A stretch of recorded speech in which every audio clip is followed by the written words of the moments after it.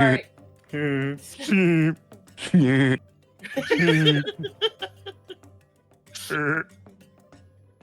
What's happening?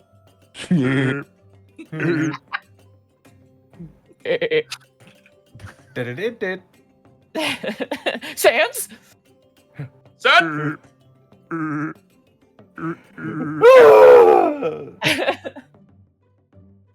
Yeah.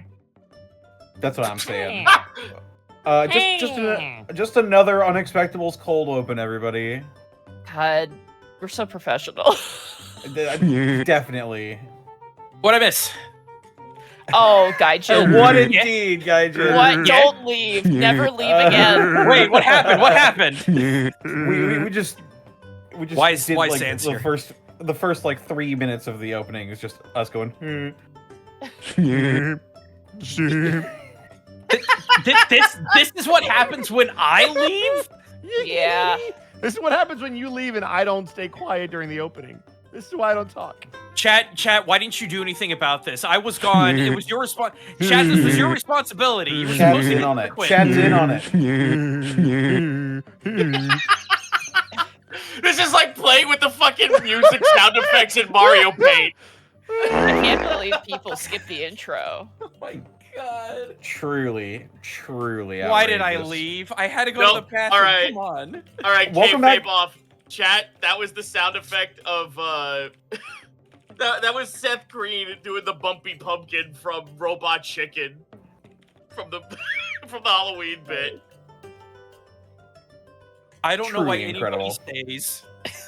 Because we're We got silly. farts. Hoo-hoo funny. Hoo-hoo We But got I do farts, know we why got everyone stands. comes. Why come? Why come? Why come? The Unexpectables, that why come.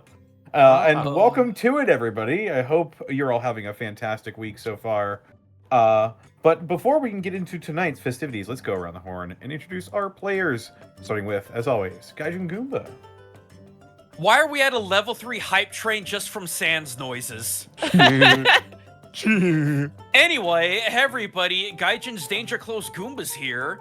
You can find me on Twitch.tv/Gajjun Goomba, no H, because it's lost in the warp every Saturday, Sunday, and Monday, though that Monday might be shifting because people don't like to be on Monday. I guess, you know, responsibilities and work and all that. However, that being said, everybody, thank you for coming out for the end of the Rat Daka game. That was a lot of fun. I need to get some people here, looks at Zeno, to jump in on me for some funny cowboy. Well, Bosco, do you have the game? Actually, No. who out of all of you, besides Zeno, because I know you haven't, does anybody else here have Far Far West? Because that's a game that is like really good, and I would like to find more do. people to play it. I do Okay. not. Okay, we need to alleviate that, and Connor, I gotta pin you down to play it at some point. Cowboy. So steampunk cowboy robots that do magic using playing cards. Oh my god, they're Gambit, except if they were a cyber person. Anyway, that's what I've been up to there. Working on a brand new cultural analysis video. We are doing a Witch Ninja on Ninja Highway of Mario Kart 8 or Tour, whichever, take your pick. It's rare that I get to talk about an entire level, but here we are. I get a little neurodivergent in how deep this rabbit hole goes, so if you want to see my weirdest, this is a good time to do it. Orky video later this month is absolutely going to be good old Glitstaka reacting to everything in 11th. I'm actually very optimistic where just about everybody else is pessimistic, not present company included, because I know everybody here is a good boy and girl. Yeah, that's... Oh my god. Anyway, that's me. Nobody's getting Suntoast today or Resurrections, so have fun. Oh my god, dude. Monty, save me. I can't do shit. Are you We're kidding off me? to a rip roaring start, folks. We're off to a rip roaring start, though. Also, when you said Alrighty. boys and girl, I was like, "Hee, that's me." Yeah, I know. That's why I made sure. You did it. All right. Listen, guys and gals and non-binary pals, that includes everyone. Don't steal There my you go. shtick. And there It's it very is. good. I have stolen it, just like Connor stole my H. Damn it. It's true. You got the And power. then, and then I lost it. Oh, that's me. All right, up next we've got Mark Allen Jr. Where can they find you? What are you up to? Hello, hi. You can find me on Blue Sky at Mark Allen Jr. here on Twitch at Aeon Protect Gaming. Sunday, hopefully, I'll be doing my 3-hour music challenge stream. I don't have a wedding this weekend, but I do have one tomorrow. So, don't talk to me tomorrow. I won't be able to answer. Whoa. It's not a personal thing. I have a 17-hour workday tomorrow, so I will be unable to respond. And also, just to throw it out, hey, if you're in Mississippi or Alabama tonight, please pay attention to any weather alerts you get. We've already had 2 tornado emergencies declared in Mississippi today. So, yeah, pay attention. Obviously, I can't call out warnings while we're playing. If there's another emergency, I will try and post it on Blue Sky if that is a concern of yours, but please have multiple ways of getting information and warnings. Pretty concerning day over there today. So I think- just be safe, everybody. Dude, Mark, I don't know why my YouTube keeps recommending me like tornado footage videos. And I'm like, stop showing me this. I don't want to see this. Please stop. Well, you know it's not my fault because you don't follow me, so... Yeah. Ooh. Damn. Well, I'm sorry. That's the reason why. I'm sorry. Yeah, no, we've talked about it. You're fine by Yeah. me. Don't even worry about it. But yes, if you follow Mark, he can chase the storms away. But maybe, hopefully, that would be ideal. But if not, yeah, have multiple ways of getting warnings. Local news is always your best option, especially if your internet goes out. So yeah, that's it for me. Right on. Up next, we've got Zeno. Where can they find you? What are you up to? Twitch.tv/Zeno. I got to do Bargain Barrel on Monday. I haven't been able to play indie games in quite some time. And Monday we had a very good round of games. One of them being so good that we played it the entire night. It was That's Forbidden fun. Solitaire. Oh! Dude, Forbidden that game is Solitaire. such a throwback. Sarah was showing that to me. It's so good. I would say like it's probably a good 4 to 5 hour stream. That's how short it is, but it's very sweet. But It's a very so, good like, game. the messages that they pop up and the way they do the video, like it feels like it's ripped Don't out spoil. of the 90s, and I love it. What? No, it's not a spoiler. Oh, it's not a spoiler at all. Okay. Yeah. Just the layout and the way that they do it feels very 90s. 100% how that dev works. Like Yeah. they are very like you should actually see the documentary they did before when they made safety safety Oh, it's the same people who did that. That's right. Yes. You should look Oh. at their commentary of the guy making that game because it's just him being like, yeah, I just wanted to make a game that felt like modernized a Dungeons and Dragons manual. And I'm like, that's fucking awesome. And he shows you all the drawings of like he actually like drew all the monsters that show up in that game and then he like touched them up in painterly style. It's fucking awesome. But anyway, I should flip back to what I was saying. Bargain Barrel will continue. We have many more games in store for you. Games like Motor Slice, Dead as Disco, Friend OS, Gambling with Your Friends, Handmancers, Legion Bound, and Monster Crown Sin Eater. I have a lot of really good games to show off. Will I get to finish them all? Probably not, but hey, I can just keep Bargain Barrel going for as long as I need to, because there's a lot of really good games that are coming out this month. Someone made a Chow spiritual successor game called Bobo. I saw that. Yeah, Oh. Bobos fucking look awesome, and I'm like, I hated Chows in Sonic. That's the one, like, black eye that in Sonic Adventure 1 and 2 that I will always be like, this really didn't need to be here. And then I look at Bobo and I'm like, oh fuck, Bobo rules. What's happening? No, dude, I don't think Chows are bad. I just don't think they belong in Sonic Adventure. I don't want to go from going 90 miles an hour going, yeah, cool, yeah, to, all right, I have to raise a child now. But yeah, Fuck, what? but funny Eggman can raise children. Yeah, and throw them against the wall like a basketball, I know. There is one more thing I'd like to say before we move on. So, you know how we've been doing, I kind of like pimped out a little bit Skeleton Alpha's fundraiser? His operation is actually next Wednesday. So, Oh, jeez. yeah, I would feel like it would be really helpful if we could just like give him like a little bit more love to his fundraiser, just Yeah. a little bit. I'll be upfront. He's getting like a little nervous and whatnot, and I don't fucking blame him. So like, if Chad can like throw like $5 his way just to like push it up just a little bit more, that would be awesome. Whoops. Why did that not copy? Hold on.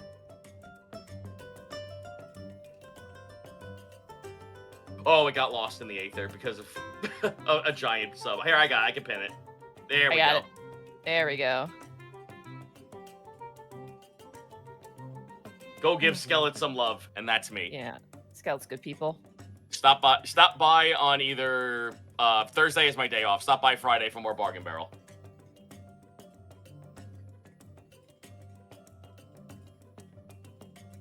Alrighty. Up next, we've got Edward Bosco. Gross. When I'm not being disappointed about Star Fox, you can find me at EdBoscoB on Instagram, Twitter, and TikTok, and right here on twitch.tv/EdwardBosco, where tomorrow will be some Throwback Thursday. We will unfortunately not be doing some Castlevania because Dawn has to work. So Bill and I will probably be doing X-Men Legends, which we were going through beforehand. It's kind of our rotated in-game. It's a lot of fun. I would highly check it out if you're an X-Men fan. Kind of a throwback on the original Xbox. Friday will be wrestling. Saturday will be episode 2 of our Fool's Guilt doubleheader. Sunday will be some Baldur's Gate. Then we've got Monday, which will be a doubleheader of double finales. First, we will be ending Yakuza, more than likely, the man who erased his name over on Connor's channel. And then the finale of Stalwart Souls on Xanalis Grimm's channel. If you haven't had a chance to check out the series, I highly recommend looking at his YouTube for all of the episodes, but it is the final session. So definitely come and hang out with us. Tuesday will be Vecna over on Connor's channel, and then in the evening we should be getting Artsy Hartsy back for some Halo Wars, but we shall see. Arkolf and I did some Space Marine last night. That was a lot of fun. A lot of bonding time. It's always good to have that. And then I'll be back here on Wednesday for more Unexpectables, and yes, we could talk about Star Fox on the stream. I have thoughts, as you can see, and that is me. Right on. Up next, that leaves our DM for the evening, Monty Glue. Hello, it's me, Monty Glue. I'm busy. I'm a busy bee. No rest on this train. Tomorrow will be Dungeon of the Mad Mage, where, speaking of finales, we're on the finale of that as well, and the giant mega boss rush style final boss fight. And then Friday will be more interpersonal drama with Tomodachi Life. Lieutenant Mira of Space Marine 1 asked out Mr. X and got rejected and is still sad about it. Titus is in love with a frog. Arkolf and I lived with each other now, and it's great. Like, there's a lot of stuff there. We also added 3 new characters in the form of Moonchild Awa is now officially part of the island, along with Danny DeVito and Hatsune Miku, who are now best friends, which is great. Saturday, 50-50 on Phoenix Wright. Shay is now going into her practicum, so the Saturday stream is kind of a little bit more dubious because, you know, education is important. But if we have a period of time where we cannot do Phoenix Wright, I'm hoping to play Pragmata. I really want to play Dad Simulator. It looks cool. Sunday is my day off. Leave me alone. I got a lot of painting to do. Monday is, speaking of finale, is going to be the last session of Final Fantasy IV. We're at the final dungeon of Final Fantasy IV. So if you want to see the finale of that, we got the best armor in the game. I actually farmed for the best armor, and I got the best weapon, I'm pretty sure. So come and see that. We're right at the finale, and I'm very excited to finish that out. And as Bosco mentioned, Monday evening will be the finale of Cold Rock as well. So definitely come and check both those out. And then after that, Mondays are going to be off for me. I'm not going to be streaming on Mondays anymore. However, Tuesday, Vecna Eve of Ruin, and then Tuesday evening is going to be anything. Literally anything. And then Monday, we're back here. Additionally, sorry, I'm yapping. One, I put up a straw poll. I'm currently working on my Salamander's army. I finished my Brutalis Dreadnought. I need a vote on what I need to paint next. Got the choice of Vulcan Heastan, Agrax Agatone, 6-Blade Guard Veterans, or a Land Raider Redeemer. So you guys get to vote on that. It's on my Discord. It's on my social media. Additionally, if you want to read my writing, check it out on my Discord, as well as my AO3, Monty Glue de Vere. It's all there. And the new chapter will be coming out this Saturday, probably. That's me. Sorry, long. Thank you.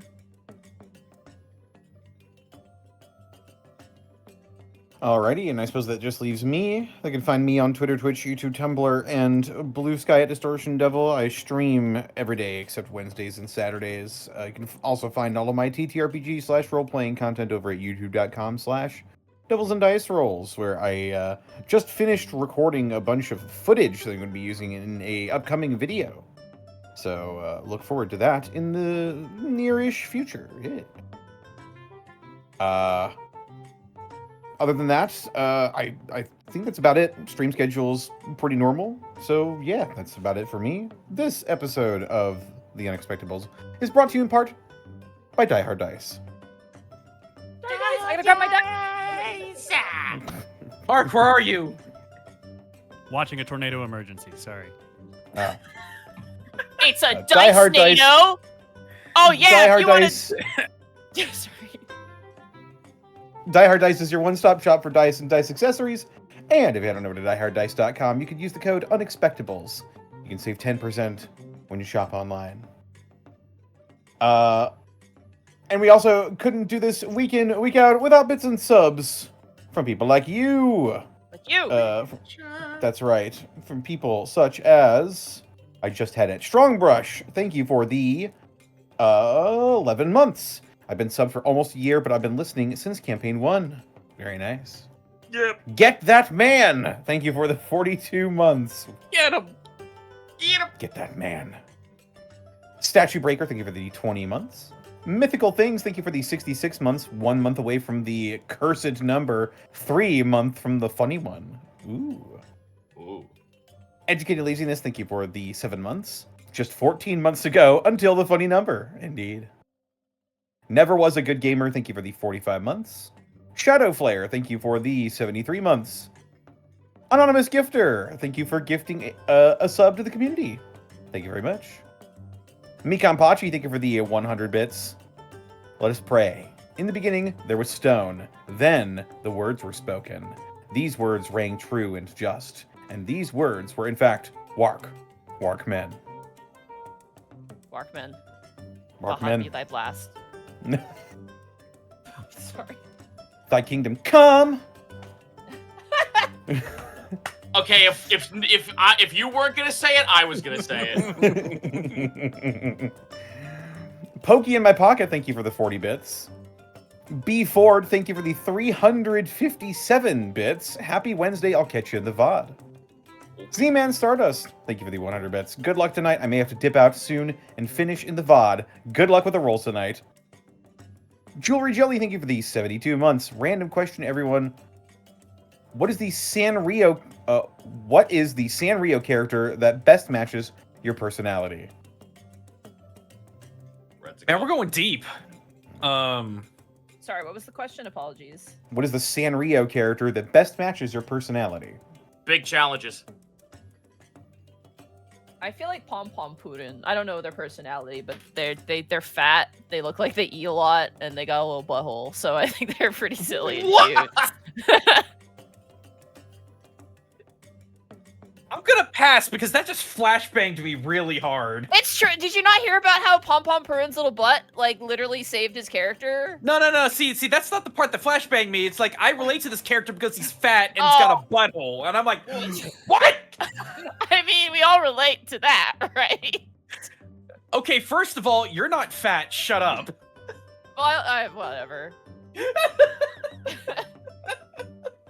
The I don't only- know Pom Pom Purin's like personality, but he seems like he likes to eat. I don't know if that's the vibe, but I always see him like with a spoon in his hand, and I'm like, damn, that's me for real. The only Sanrio character I know by name is Hello Kitty, so that one. Hello Kitty taught me how to break into a house. Tell you what, chat. What do you think mine is? Let's bounce the question back. Who do you think mine is as we continue? Yeah, you answer for us, chat. Where even was I? It's Thero. Mikan Pachi, thank you for gifting 2 subs to the community. Proto Saber, thank you for the 200 bits. Woo, new Star Fox and new Unexpectables. Heck yeah. Astral Dreamair, thank you for the 30 months. Or 36 months, rather. Bull Honkinator, thank you for the 17 months. Do I have the power? Time will tell. To Zenlita, be thank you his friend. I was about to say 100 bits. If the stream were a person, their pronouns would be he. Got him. There you go. Faye Raven, thank you for the 100 bits. Excuse me. Ugh. Fly Guy, thank you for the 27 months. Hey Monty, the English teacher in me couldn't help but notice the way you describe. Yeah? Describe what? Describe What do they describe? Horrible revelation, by the way, that Darky Arts is keeping a document of all the words I say, quote unquote, incorrectly. Incredible. God's work. God's Darky- work is being scriptured. Darky Arts, It's- do me a huge favor and just No, that do that'd not. be Zan fantastic. keeps track of my dreams. Darky Arts keeps track of the things I say wrong. I'm a specimen that's getting And studied. I keep Well. and I keep track of your boyfriend. Monty, congratulations. You now know what it's like to be a fucking streamer. God damn it. God Pay damn the tax. Pay the tax money. We all do. Yeah, the stream tax, dude. Stream tax. Oh. It's funny to know Content which one- creation. It's funny to know which one Shay has my back on, though. She's like, no, that's a Canadian thing. And then other times I'll say something and people ask Shay, is that a Canadian thing? She's just, no, it's just Monty being stupid. Yeah. Yep. We gotta, Uh-huh. we gotta keep you Accurate. grounded. Oh. Glorkschnack, Eater of Children, thank you for the 35 months of Prime. Hey everyone, I'm back. Hi. Welcome back. Hey. Oz195, thank you for the 100 bits. Mark chases storms like Monty chases bears. They're I out don't- now, too. I don't know if that's correct. I don't have tornado spray. What if we? Not What yet. if though, Mark? What Every if? spray is tornado spray if you Reach. spray it at a tornado enough. Reach for the utility belt. You know what's messed up? Marble- I have to carry bear spray not just for bears now, but because people are trying to break into houses. Oh. Ah. Yeah. Anyway, sorry. I just- Marble energy Gargling went Monty, down. thank you for the 100 fuck bits. How many marbles do you think Monty can fit in their mouth? I hate you. I have a little experience. You know what? Let's Let's find out.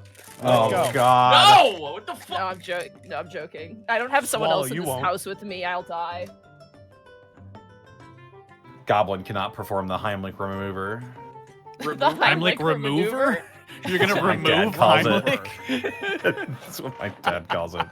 Get out of here, Heimlich! We're never gonna play D&D We don't at this need you. rate. We're full Nope. beans today. This Hey, is Mark, this D&D. What are you talking about? Fair enough. Mark, this is for you. I used to call it the Heinrich maneuver. I'm okay with that. Oh shit. Yeah. That's a sports reference for Mark and Hey, Mark. Chad, how do only. you say hors d'oeuvres? When Horse you're 8 years divorce. old, hors d'oeuvres. Yep. Or I said horse divorce. devours.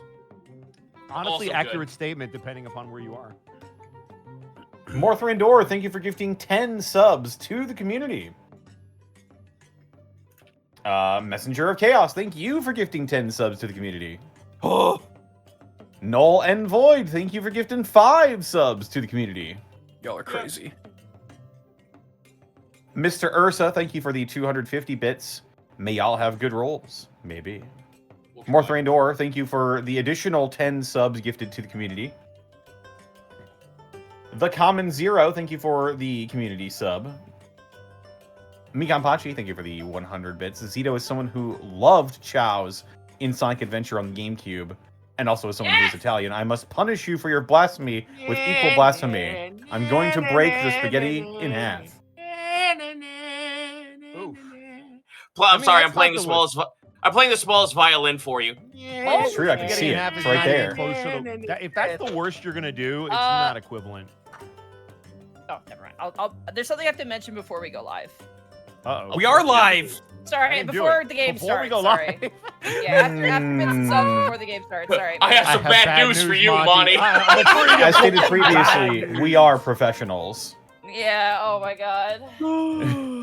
Guys, welcome to the Blonde- professionals. Blonde Man Cat Snake, thank you for the 73 months. King Kiwi, thank you for the 100 bits. New episode of the Unexpectables today, and they dropped a trailer for Absolute Green Arrow. Ooh, who's ready for billionaires to be hunted down by Jason Voorhees, the Emerald Archer. Wait, that's a thing? I love the Absolute series. I think it's a very fresh take, and it's very good. Absolute Martian Manhunter is fantastic. Mega Waffles, thank you for the 100 bits. Happy 4-year anniversary of the campaign. That's right.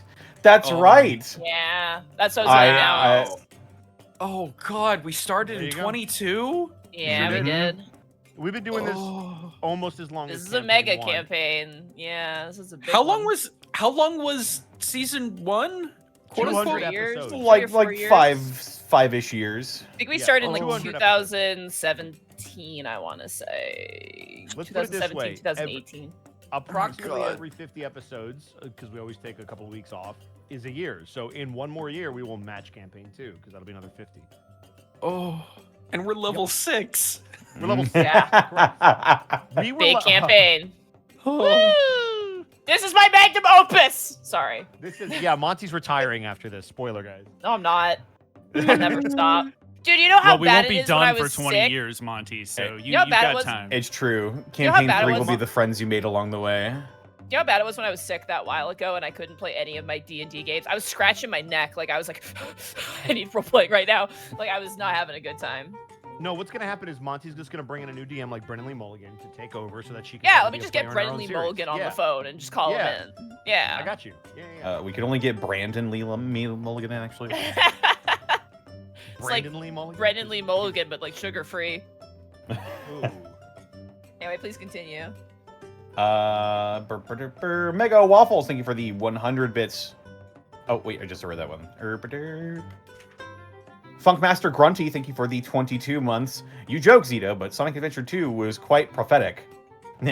Intense action to child care is current gaming aesthetic. Play Pragmata Good one, and just leave me Grunty. alone. God damn it. Just go fucking play Pragmata. Christ.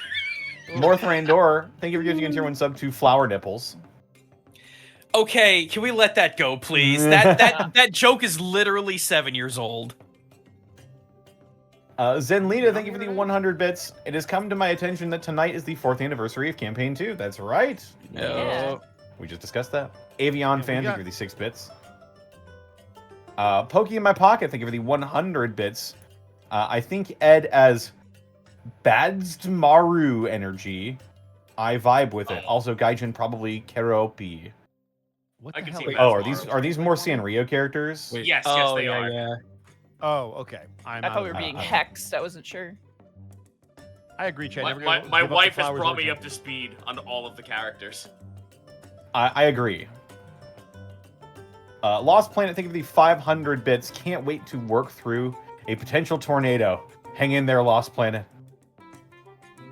The Real Grey Beast, thank you for the 46 months. Here we go. Avion Fan, thank you for the 6 bits. Sky Ender, thank you for the 16 months. And Fuego Beach, thank you for the 29 months. Vina Norvius, thank you for the 100 bits. How is the Cursed Skull, Monty? Is it So pleased with good. the new Star Fox information? I don't know. I don't know if it doesn't have hands, so I'm not sure if it can play video games. Oh no. It's doing great. It's on my. It did move slightly. That was a little scary, but that's probably normal.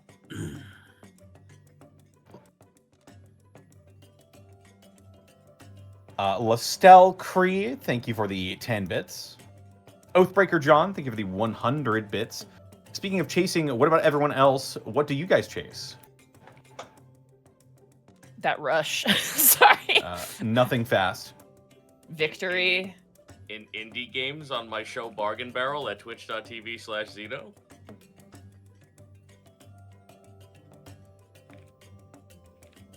Regardless. Oh god, someone say something. Don't leave me hanging. Fuck. Amateur Craftsman, Sorry. thank you for the 100 bits. I envision the Heimlich remover is a very small and polite catapult. Lunatic Lane, thank you for the 3,000 bits regarding last week. It was Chima, not Chima, like the Legos. I see. Huh? I agree. Not Dante42, thank you for the 4 bits. Faye Raven, thank you for the 500 bits. Happy 4 years, guys, of Season 2. Yeah. Yeah. Morth Randor, thank you for the 400 bits as well. Happy 4 years then. Avion Fan, thank you for the 100 bits. I was closer to 18 when this all started. I'm almost 30. Wait, what's that? Oh god! Ah! It's time for you to stop speaking.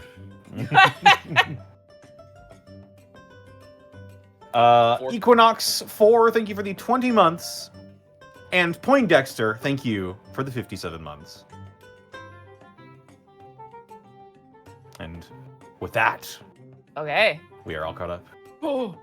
You guys ready to dive into it? Get your toques and your mittens on, because we're maybe spring now, but we're going back into winter. boy. Did you say toque? Yeah. a toque. What's that? It's like a hat. It's like It's the a warm hat. hat. Yeah. Did you Oh. watch Firefly? Like once. Oh. Jane's hat. Oh. Jane's hat is a toque. Take mine. Okay. Although some people in Canada also call beanies toques, so Yeah, depends on which it could be a toque Monty's beanie and it talking could be about. like the other. It's a toque. It's a hat intended to keep your head warm is a toque. All encompassing. Anyway. I thought a toque was a hobbit. If you put it on a bird, it's a toucan. You're a fool of a toque.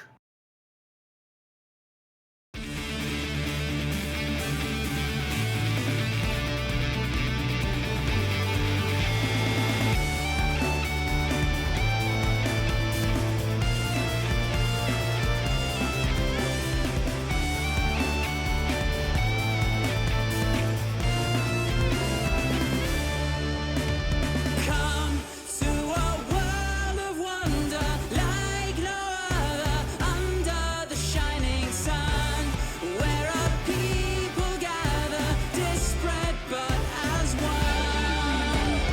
Come see the heroes rising, galvanizing, fighting for the day. Not what you expected, but heroes all the same.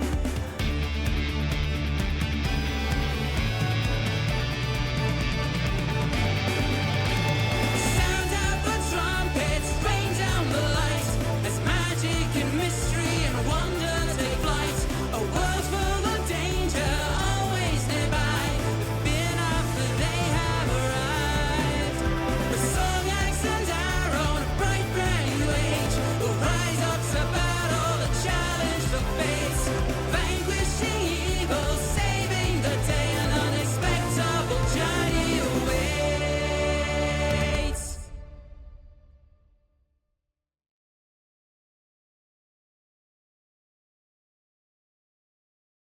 So, when last we left our heroes, Kai, the human wizard, Milo, the Azamar cleric, Gaius, the satyr fighter, Iscan, the lizard folk druid, and Otho, the shifter rogue, the party had fought off a violent onslaught of undead horrors, defending the satyr village of Beastwalk for annihilation.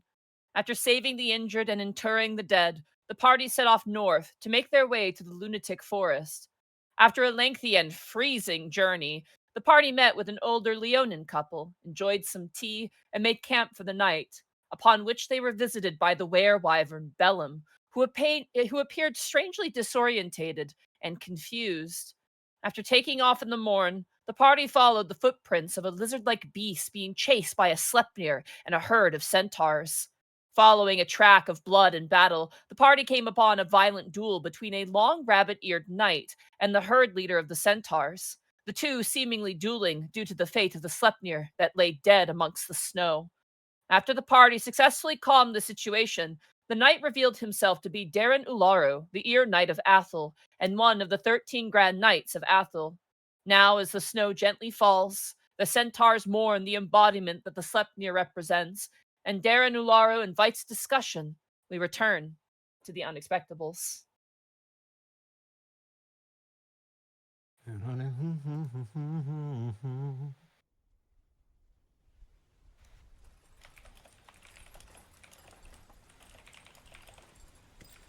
As you stand and the snow gently falls, the centaurs kind of continue and eventually begin to pull out tools and seem to be gathering what looks to be rocks in the nearby area, kind of digging through the snow and picking up large rocks to place over top of the body of the Sleipnir. Darren Ularu, again, would you like me to re-describe what he looks like? Yes, please. It's been a minute. He's on the shorter side physically, but the ears give him a lot of help. He is a rather lanky man, question mark, who has the ears of the rabbit. He's got the nose of a rabbit, but everything about him is human. He wears very close-fitted armor. It's almost of a gleaming silver.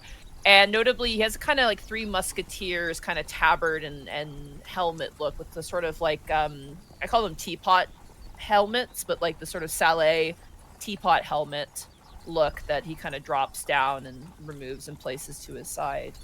He seems to be traveling with a rather strange lizard bird-like beast that's kind of bipedal, with tiny little like Tyrannosaurus Rex arms and like a black obsidian beak and like red scales that, like, as the snow touches, like little bits of steam is hissing off. Seems to be a creature that emanates heat. I feel like we should probably give them space to do what they need to do. Of course, you are right. He kind of turns towards the centaurs, and the centaurs kind of like, you don't need an insight check. There's a feeling of like, oh, we kind of messed up when they look at your group, and you know, Laro, you know, he's a soldier, but he did get hit a couple times, but he's kind of bows, and the centaurs kind of bow and return to their work. And as you kind of make your way to the side, he kind of guides his beast over, which you healed, thankfully, and he's very appreciative of that. Awebo and Terret Springfellow. Awebo follows you, but Terret dismounts and walks up and begins to kind of document what the centaurs are doing at a respectable distance. As he kind of holds the reins, like he kind of loops Potato Stew's reins under his little arm, and he sort of pulls out a piece of paper and he begins to kind of just write what they're doing, just watching.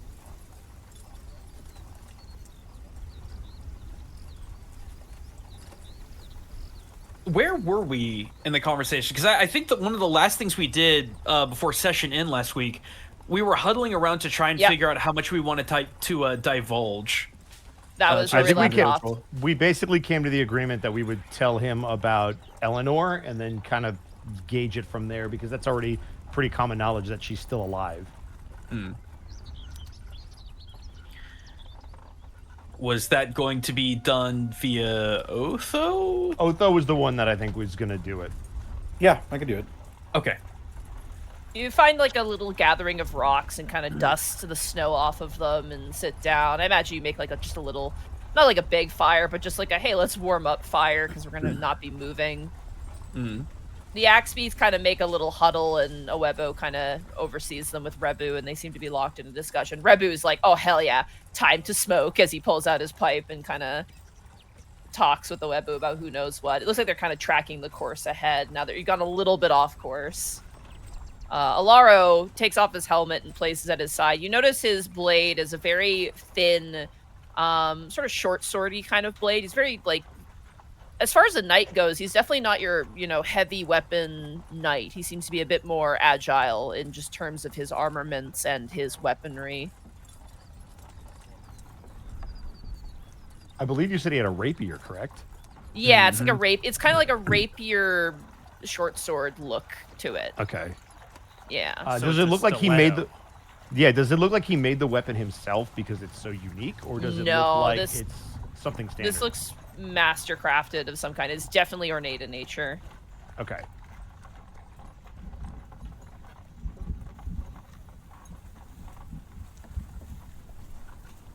What? So,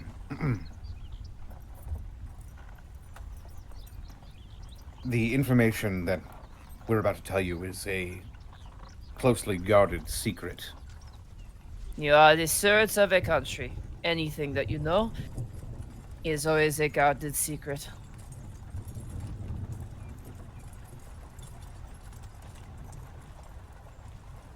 Currently, a few of the Athol children we know are in good hands. Alive and well, at least. Which ones? That's the last we heard. Julia and Eleanor. Oh, summer he kind of speaks in Sylvan. And kind of leans back a little bit. Does anybody speak Sylvan? I do. You hear him say, "Thank the gods new and old." He kind of leans back. Gaius gives him a visible smile when he says that. He kind of leans forward and goes, "You have seen them. They are in good health?" Julia is currently being escorted by Diavano Lakmirin. Lakmirin. He is a good man.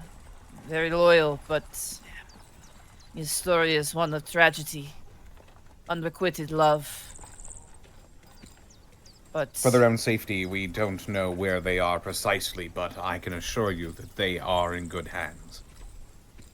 this is good. Eleanor, on the other hand, is currently traveling in disguise.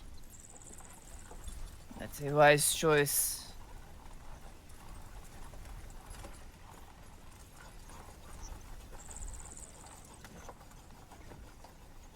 Glad that she is alive. He seems very deep in thought as you're relaying this to him. Can I get an insight on him just to see what I can gather from his facial expressions? Go for it. I just want to see what he's thinking about this information, generally. Insight. Oh, that's a 22. That's a natural nice. 19. Nice. There seems to be a mixture of relief, but now fear.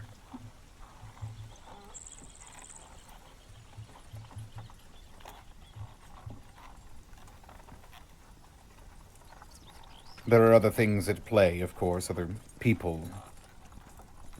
That there are. But Alexa, we are busy talking. Connor the trash. I don't even know what I said. Oh, fuck, where were we? You are from Easonvale. Yes, we are stewards of Easonvale. An interesting occupation for a son of Brutus Valentinius. It's the occupation I found myself in. I'm trying to do my best to do it well. How much do you know about the royal family of Etheal? Only what I've been told, and only what I've seen with my own eyes. I've There is heard some unflattering things about some members of the Athel royal family. some has been expanded upon through hearsay. Some of it is true. Luke's betrayal has left a vacuum. And at the center of it is a power struggle of monumental significance.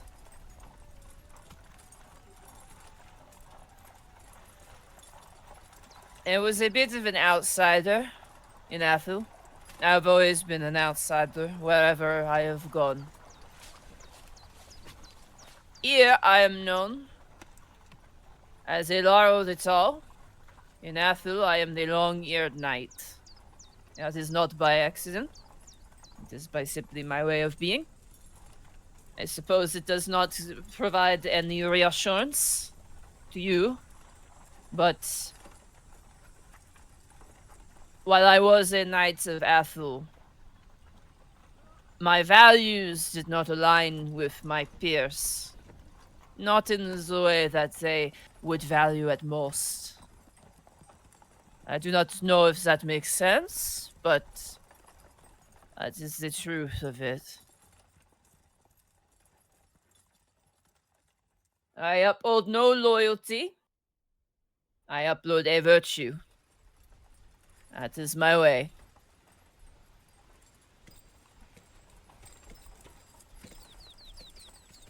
Otho nods and thinks for a moment.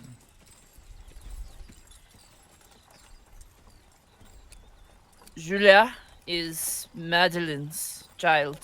She was the youngest of the family. She was a good woman. Some even say that the goodness of the king ended up with her when she was born. Rexford was relied upon by his brothers. His wife was good, though. their child. I never met her myself, but I hear she was a lot like her mother. Neovano Lakmiran tried to become a Knight of Etheal, but did not make it through. I do not know if it is appropriate to talk about his business with you, but it is a romantic yet tragic tale. Above game, how much did it's because it's been literal years. How much did Lakmiran tell us about his story? Not much, if any. Yeah, at I'm all. not Not saying. much, I yeah. don't think anything. Okay. They were really hush hush about everything, considering. Yeah, I'm trying to remember the last time we actually talked to them. I been think a it was just while. that one time. Yeah. Lana's been Yeah. giving you reports, like, yeah, because Lakmiran's like, we're gonna go somewhere. I'm not gonna tell you all where we're at because you're traveling around, but he reports to Lynn every now and again just to let her know where they're at. right. I think it was somewhere in like the 30s, episode like 30 to 39, Yeah, it's been a somewhere while. in there. Yeah. He's doing a good job though. He's laying low, which is, Yeah. you know. I assume you're talking about the same man. Black Dragonborn, tall, big sword. That's the right. one. He was in love, that fool. He and Madeline were close friends. Closer, even. But their father arranged a marriage to a merchant lord of Yasulai.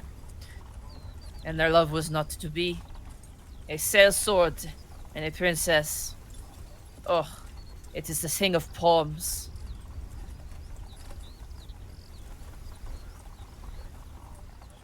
He swore fealty to her. The king thought he swore fealty to him, but we all knew.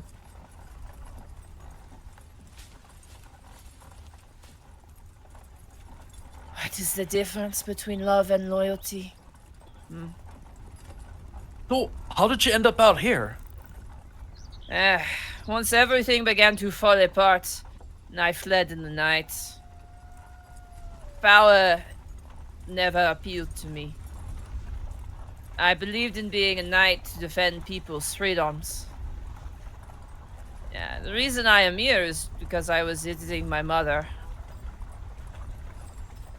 I am, well, originally from...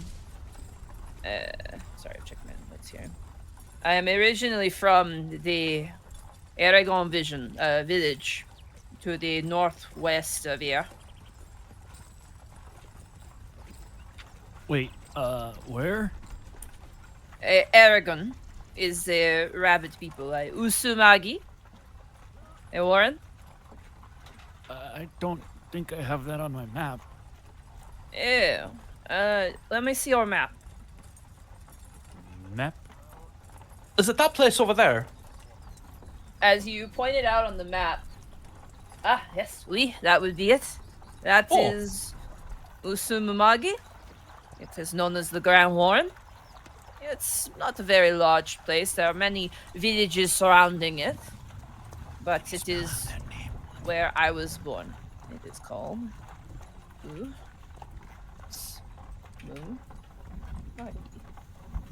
Usumagi.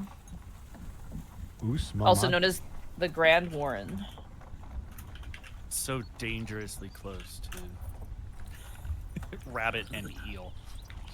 I was gonna say, I was like, Usagi? What?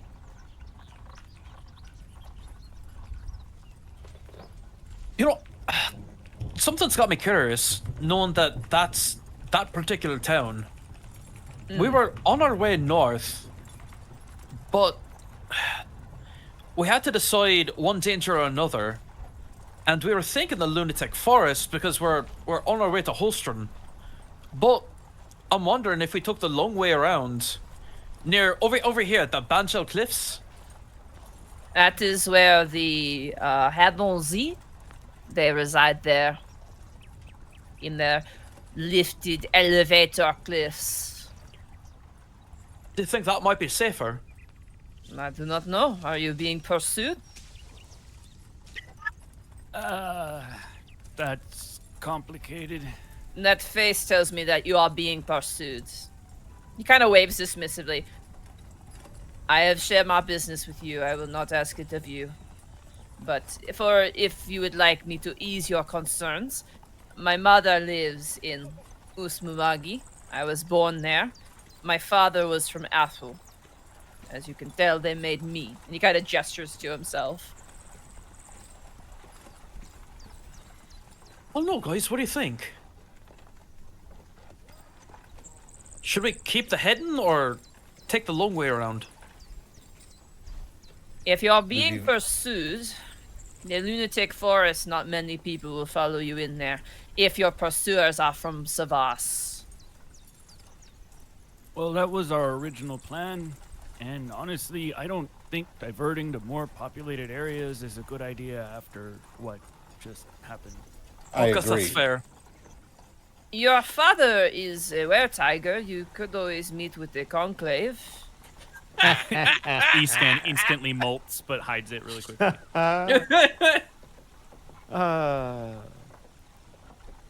I'm afraid that won't be possible. Ah. I understand. Well, in that case, Alaro, is there anything you could tell us about the lunatic forest that we may not know? I know that it is the home of the were ravens.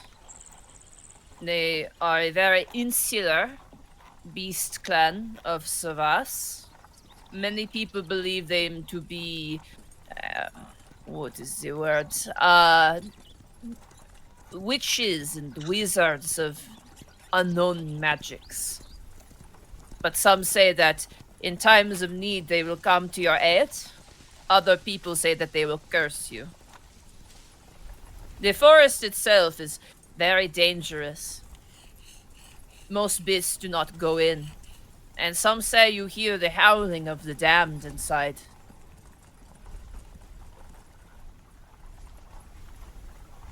The old place is enchanted. You have to be wise, I suppose. I've never been there myself, only heard the stories. It's not exactly in a location where many have to go through, except for mercenaries or retainers of countries like yourself.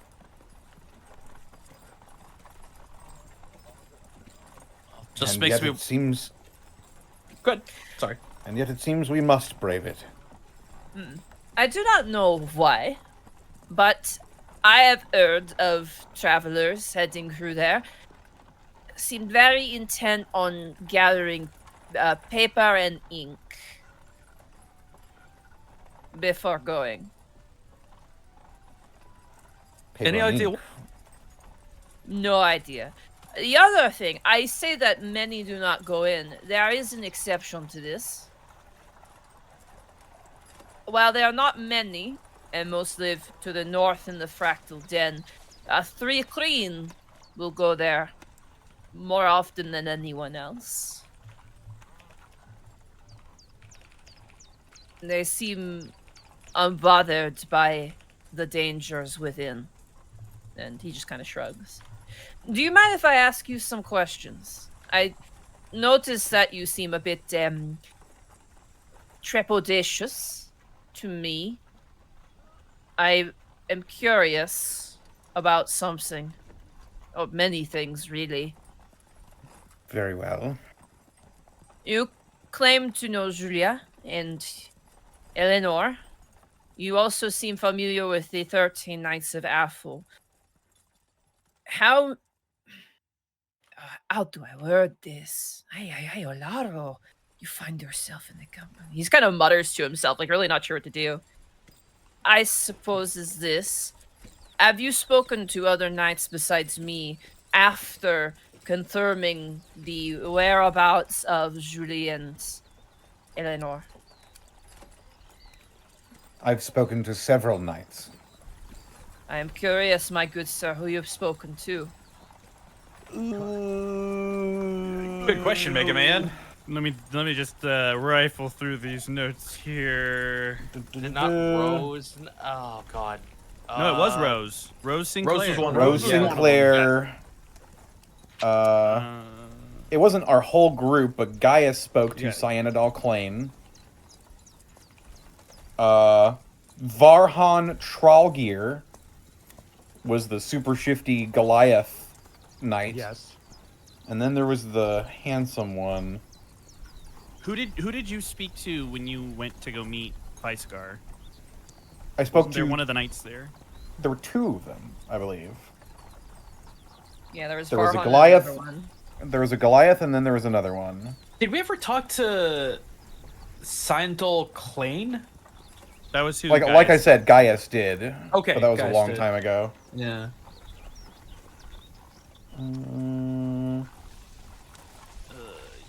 I know of an Inidris and Belith.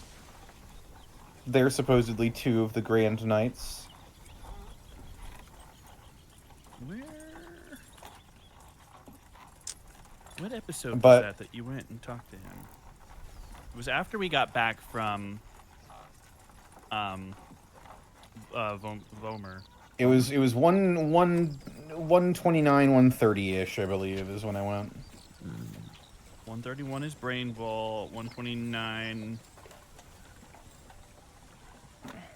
Well, we heard that Recklin, Sanor, and Oh. Darren Ularo were two of the 13 knights loyal to Austir. I was about to say.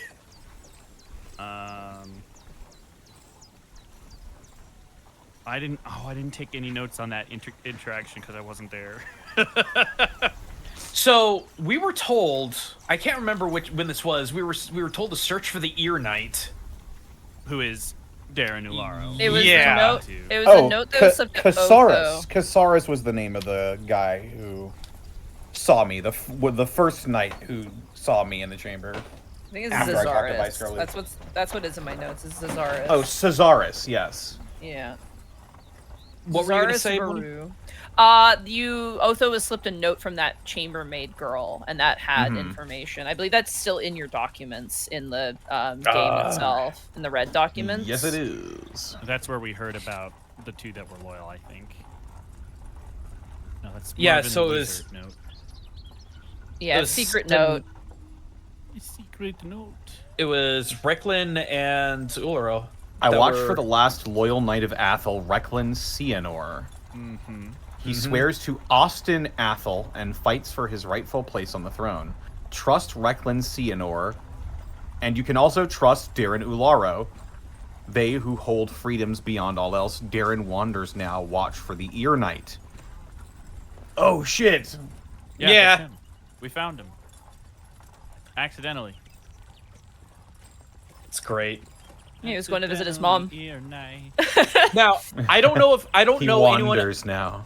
I don't know if anyone besides Otho would know that though. I don't know if that was shared with the group.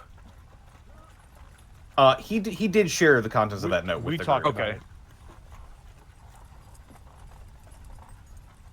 I believe Lynn and Arbane and Hendrik know that too as well. I think it was It was brought up di- in a meeting. Yes. Cerularo, Yes. your question. The two knights I spoke to are Casaurus and damn, I just had it.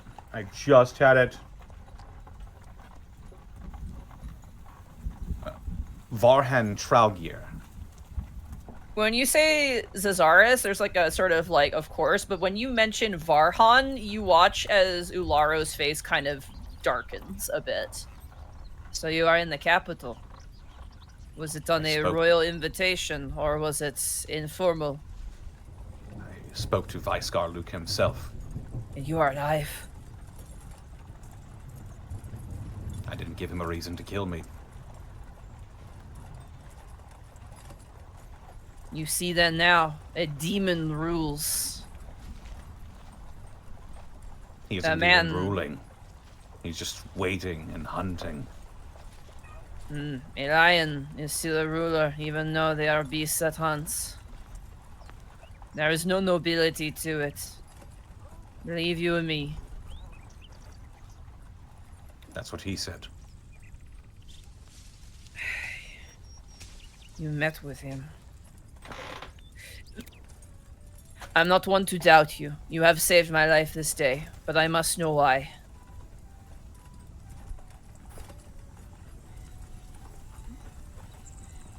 The answer is many things, but the reason I was there is because of a incident. They were holding an important person to us. I went to retrieve them. And that was it. These things are never so simple. But in truth, we seek an alliance, or rather an agreement, with your country. You may know it as the Trinity Accord. Oh, that is right, the Trinity Accord. Oh no, my friend! You have picked a poor time to renew that. It seems you are correct. Now you are caught between many worlds, many loyalties, and many powerful people. You can see now I had no one to remain. I was in service to the second son of King Etheal, but his ambition is sick and terrible. Everyone with power there is all people who should not have it, in my opinion. I'm not the one who puts crowns on kings. I'm just a knight, but you watch he kind of mutters something again, and again, Gaius, you're the only one who understands it, and goes. It basically is like a little idiom that you've heard your mother, like your grandmother, even say, which is to say that life is a spider web and it's easy to get caught in it. More or less is what it translates to.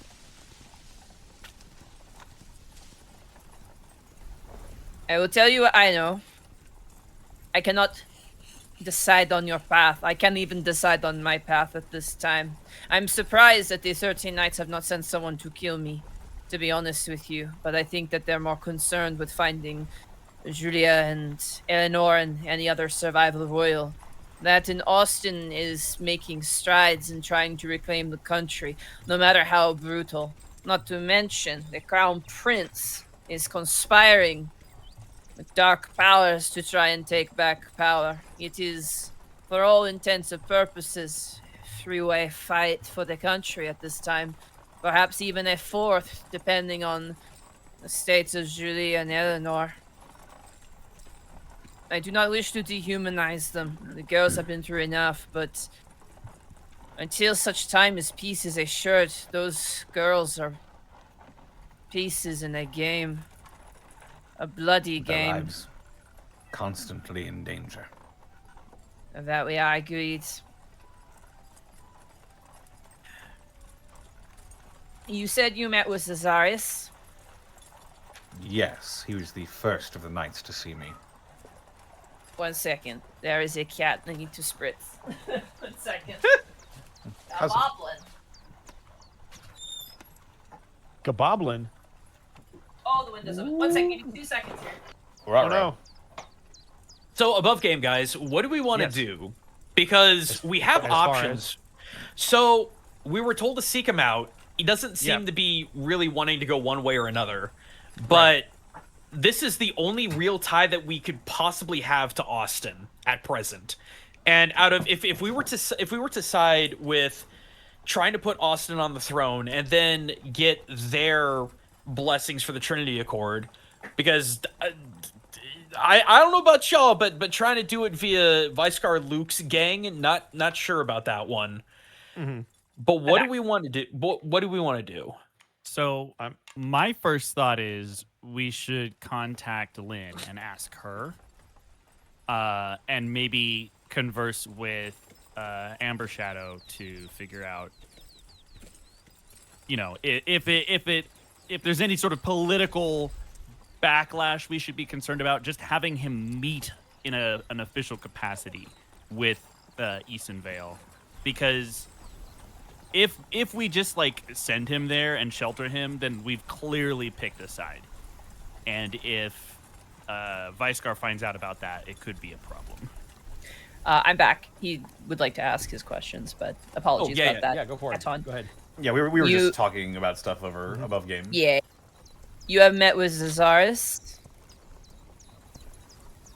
Yes, correct. He is a master of politics. His father was a politician in the royal courts for many years. He enjoys the flow of such things, but he is also a bit naive. I understand that when last I saw him, he was under the shadow of Vice-Gar Luke. He probably sees their revenant as some sort of hindrance, but a means to an end at the very least. He is adaptable and will move with the tide. The one you must be concerned about, even I would say more than Vice-Gar Luke. Vice-Gar Luke's goals are very much clear, to say the least. I believe you've learned such of that when you met with him. His mind just flashes to that king impaled to his throne. There is simplicity in his murder.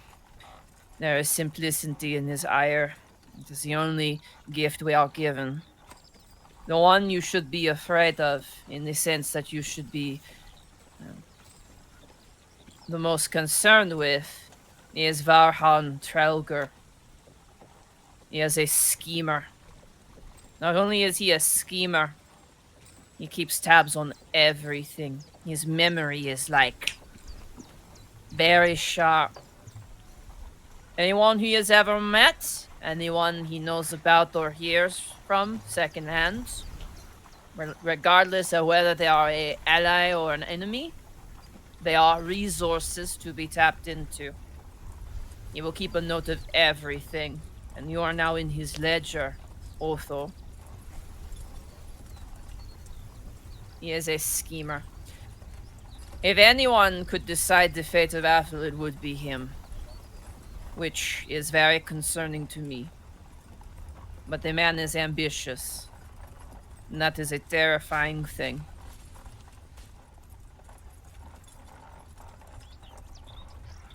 If Zazaris is determined to make a new republic, which you watch as he just raises his hand, his eyes wide, and just shakes his head like that's just a crazy idea.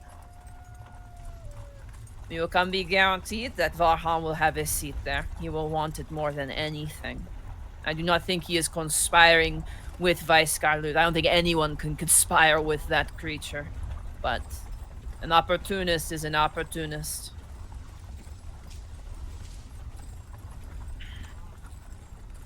You only met them then.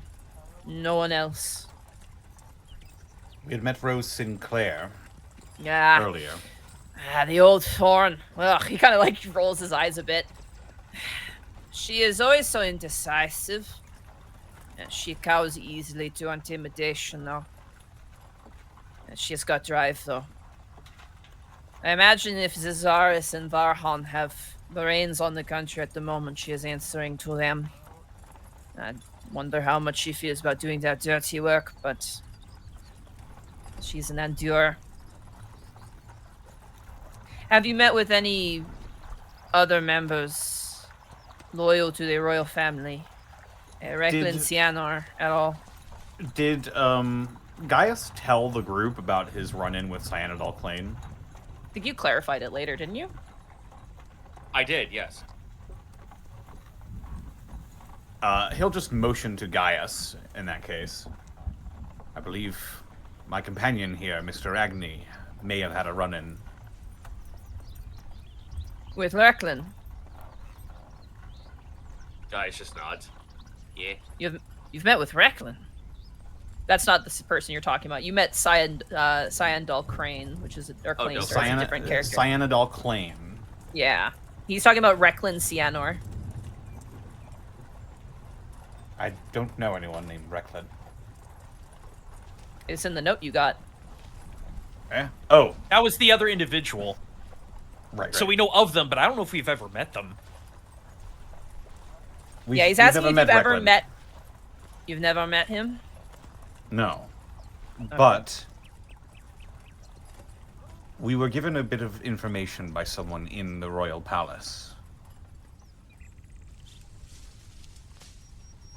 Information that said that we could trust Recklin and I do not- yourself, Sir Knight. That is flattering, but I do not know if you should trust Recklin either. He is loyal, which is not inherently a bad thing. But he is in service to Austin Athel at this time. You watch as he kind of reaches with his sword and begins to draw in the snow. You have 4 powers that be now. You have Vaiskar, Luke, and whatever you want to call the things shadowing under him. You then have, I would say, the Knights. I would say Cesaris and Varhan. I would circle them in with Vaiskar, Luke, for lack of a better way to organize it. Then you have the Crown Prince, and you watch as he draws a line. That would be Lucas Athel. He conspires with demons. And he believes that the throne is his by right, given succession. He is probably trying to find a way to banish Vaiskar Luke away forever, given the fact that the man does not die. Then you have Austin Athel, who opposes both of them. You watch as he kind of draws another image and points arrows towards both of them. Austin Athel believes that he should be the rightful king, as he believes himself to be a selfless ruler, but I know the truth of it. If he were to reclaim power, anyone who had bowed to Vaiskar Luke in order to survive will meet his wrath. This is the reason why and he kind of taps the snow, left him. It is undue punishment for innocence. It is a betrayal of freedom. You're He is telling me gathered- that Austin Athel would put people to death simply for working with Vaiskar Luke? They did not show loyalty to his family, so they believe that they are guilty of the punishment. They are guilty of the murder of his siblings and their children. Vaiskar Luke is not the only one who is poisoned by the want of revenge.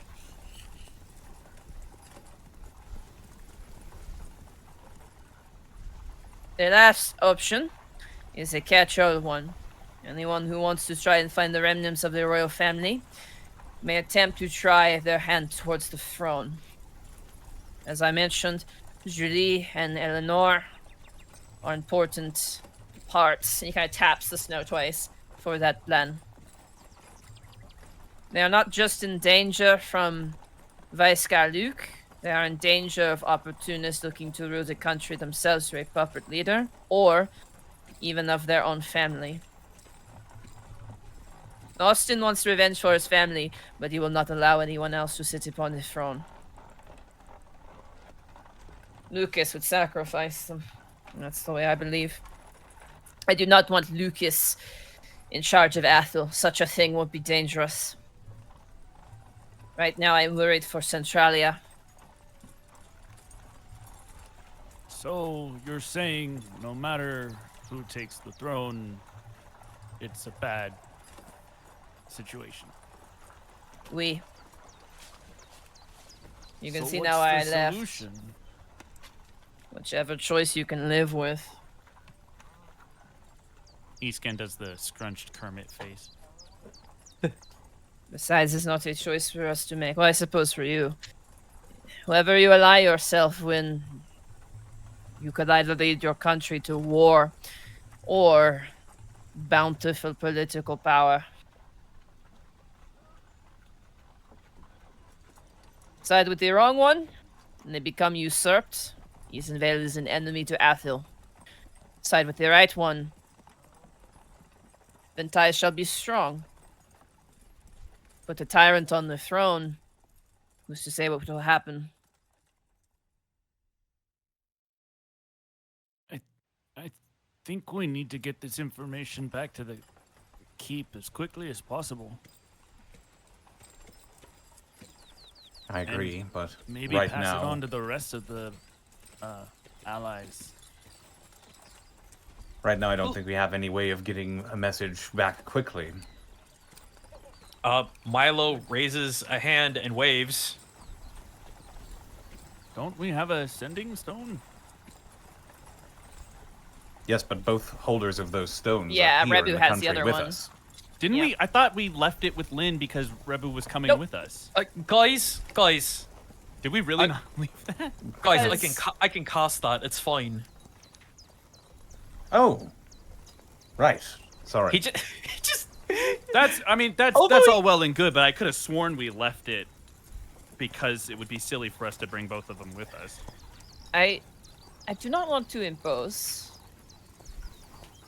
And I know that given my previous occupation, comes with a bit of baggage, as it were. Is the Queen of Easenvale, you mentioned Lynn. I assume this to be Caroline Easenvale. Correct. You watch as he crosses his legs on top of the stone he's sitting on. He kind of brings a hand to his chin. It would be fruitful for me to talk with her. I think we could certainly arrange such a meeting. I have cut ties with Ethel. If you wish for me to swear fealty, I could do so, but I must warn you, I hold freedoms above all else. Each of the knights tended to embody a virtue. Mine was freedom. It is very important to me. The people of Etheal are not free. They are caught in a maelstrom of power. There is a way I can help, perhaps from the outside, at the very least a country that has already harbored those who have been wounded by such conflict. I would offer it to you, but of course I understand. My origins... Well, if there is mistrust, I understand. I must say, I am a bit nervous about you too. To be frank, Sir Knight, you've given us no reason to doubt your words or actions. And we could honestly use all the help we could get. I'm not having mind for politics like Cesarius, but I like the people. I feel greatly guilty for abandoning them, but I'm lost within myself right now, in turmoil. 2 of my fellow knights were cut down by Vice-Scar Luke, and they were good companions. You may yet have a way to serve your people again. And regrouping isn't cowardice. It's smart. You're trying to find your footing again. A lot of us are Oui. trying to do that. Oui, I agree. That is true. So, everyone, what shall we do then? We've got some options. I think before Matt. we decide anything on our own, we should definitely get in contact with Lynn. You watch as Olaro points towards you, Kai. At first you think he's pointing at you, but then you realize he's pointing at Wark, who's on your shoulder. If you don't mind me asking, is that the Scepter of Easenvale? The one that is on the map? Yeah. Why? That is a teleportation device. Oui? We. I know you intend to send a message, I assume, by use of clerical magic, but I actually am aware of a teleportation circle in Savas. Oh, That's really? Fantastic news, but the last time we just showed up with a whole bunch of new people, it didn't exactly go over well, so... Well, this is very, very different, Iskan. Is it? Yeah, because this is critical information that everyone needs to know in Easenvale. Right, we can This- get the information there quickly. I don't think there's a reason we can't do that first. Where is this teleportation circle? It's a bit off the beaten path to the northeast. It is sequestered in a cave. I think it may have been once a dungeon, but the land has reclaimed it. The teleportation circle still functions, though. I have used it in secret to visit my family on occasion when I was still a knight. That'd be worthwhile. How did you use the circle? We had court wizards.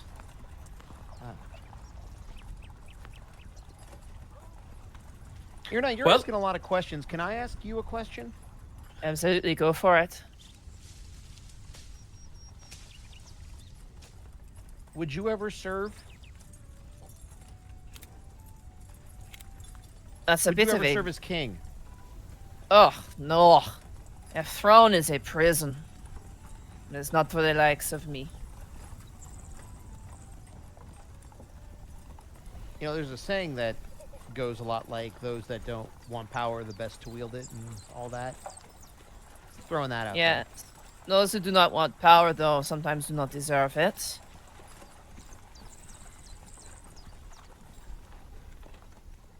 I would fumble the responsibility. Is what Not I'm if you- saying. Not if you surround yourself with the right people. My friend. I think, my mother has this saying. It is not that power corrupts. It's that power is attractive to the corruptible.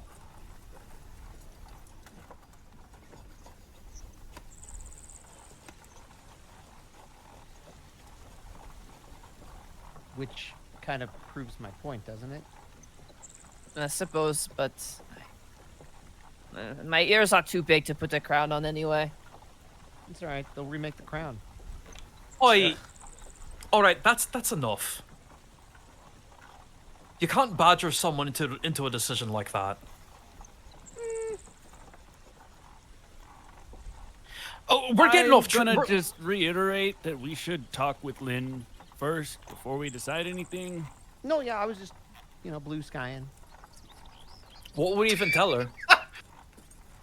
Everything that he told us, and that we met him. I can't do that in 15 words or less. I have met once when I was much younger, the king and queen of Eastern Vale. I remember the queen relatively well. If you give her my name, my hope is that perhaps she may remember me, but if not, I will be slightly hurt, but understandable. Also, Gajjun, it's 25 words, not 15. I still can't do it, Mark. Yes, you can. Met Ularu. What should we bled. do? He has information about Athel. Done. Also, how are you? Yeah, how are the dogs? All right, everybody. Hitting right now. Everybody, shut your hole. I'll write it out. I haven't said This a is damn why- thing for the past 20 Yeah, minutes. What are you fucking yeah, talking guys, about? be quiet. Jesus. Fine. Everyone besides. You know what? Gaius is the only one that's gonna get toast Guys, today. you're so loud. Yeah, that's Alaro- right. I'm hitting the gritty. Let's go. Hey! Laro turns to you both and goes, "It's not just Athel I know about. I don't know how much use it would be, but I know some things about what is going on in the West. Such as. The war that is brewing. Or conquest, rather.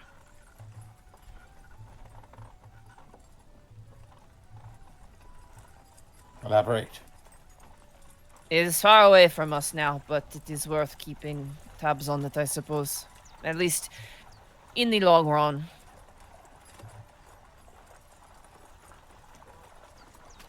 I have some ties to Costa Carina, and I have heard reports from the trades there.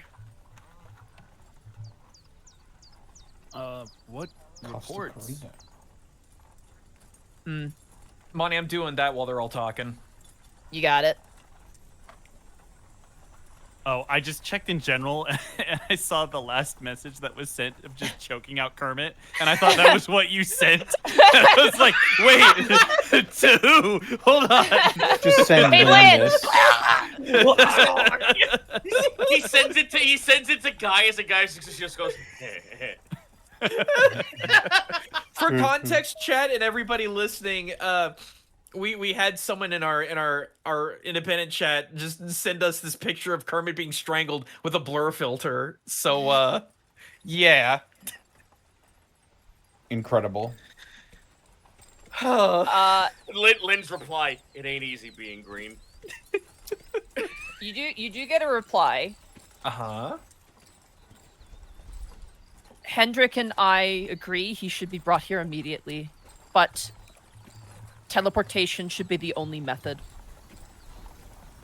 Oh. Well, all right. All right. that's interesting to you, Gaijin. Teleportation should be the only method. Yeah. I would love to respond back as to why, but I don't want to blow another 3rd level slot. Well, we could find out by teleporting. Blow another spell. Well, why? All right, guys. You had I got- 23 more words. This is the most inefficient message you've ever. And then it cuts off because she ran out of words. All right, guys. I think we've We got just an cast the objective. spell again, and another thing. I just heard back from Lynn. Hendrik and she both agree that we should bring Ularo there immediately, but teleportation should be the only method that's used. So, Ularo, I guess you're guiding the way. I will speak with your very wide square guide. He stands up and walks over to Uebo, who's like currently talking with Rebu. He kind of grabs the reins of his beast. That kind of makes like a mixture between like a bird and a lizard noise, and kind of trots after him.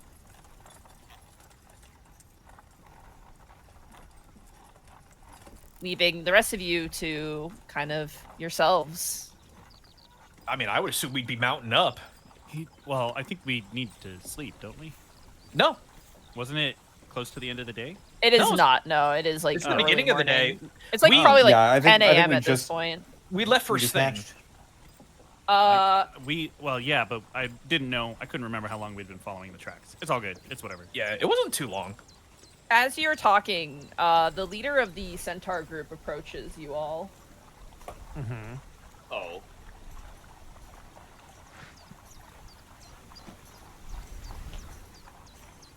The leader who And? has the best mohawk ever. I was flipping my notes, excuse me. Let's No, go. you're fine, you're fine. The leader who has like just an absolutely killer mohawk, just like insane, walks up to you and goes, "We owe you thanks and an apology. Okay. Oh, no harm done. There was harm done, indeed. Well, You saw us to reason. You are continuing your journey, yes? Yeah. You are in a land where our hoof prints run deep. It feels somewhat useless to provide you this warning, but many centaur cairns have been plundered. The dead within have begun to retread the ground. I believe we may Beasts. have a mutual enemy that is behind those plunderings. Many speak whispers of a death that dances. We've been keeping our eyes out. To think that the mighty Sleipnir could be affected by such dark magics, it bodes unwell. But that is no excuse for us to attempt to kill one of our cousins of Savas. And he looks towards the Ear Knight, who is now laughing with a Webbo. And a Webbo's laugh is just like, It's very frightening sounding. Oh, amazing. The Like, fucking parrot. Yeah, it's great. Wah, wah, wah, wah, wah, wah, wah. Randy Feld face flashback. You know the one. Oh, yeah. Yeah, it's actually just like that laugh.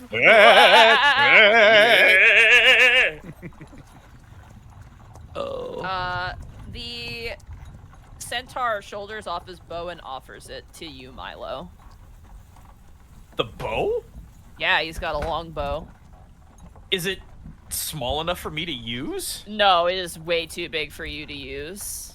I will take it. If nothing else, in symbology of acceptance. You can add the Zolticus Bow of the Centaur to your inventory. Oh, wow. Holy What? Shit. One more time, Monty. Zolticus Bow of the Centaur. Zolticus bow. Bro, holy shit. No, it's Is that a a longbow? Shit. It's a bow, not a bro, Zeno. Is that a longbow? Common mistake. It is a longbow. Are you able to use strength with longbows in 5e? I believe. I believe so, yes. Okay, let me double check. Yes, you can. It's not for That- you, sword boy. Thank Shut you up. so much. Thank you so much for this. This This bowl's amazing. It was made by my father, the first Zolticus. I am the second Zolticus. My son will be the third. Man. Creative. Amazing. Thank you so much.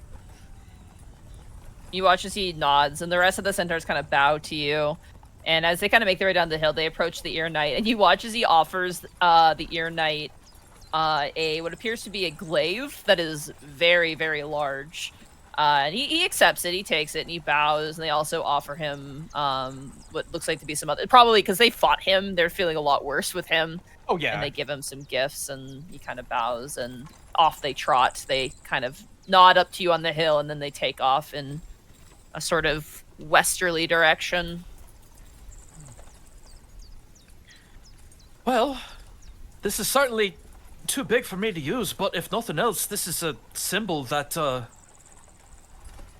the centaur, that we're on good terms. He's still a bit flabbergasted that it was given to him. You're the one who kind of explained it. Sure. Interesting, Useful though. terms.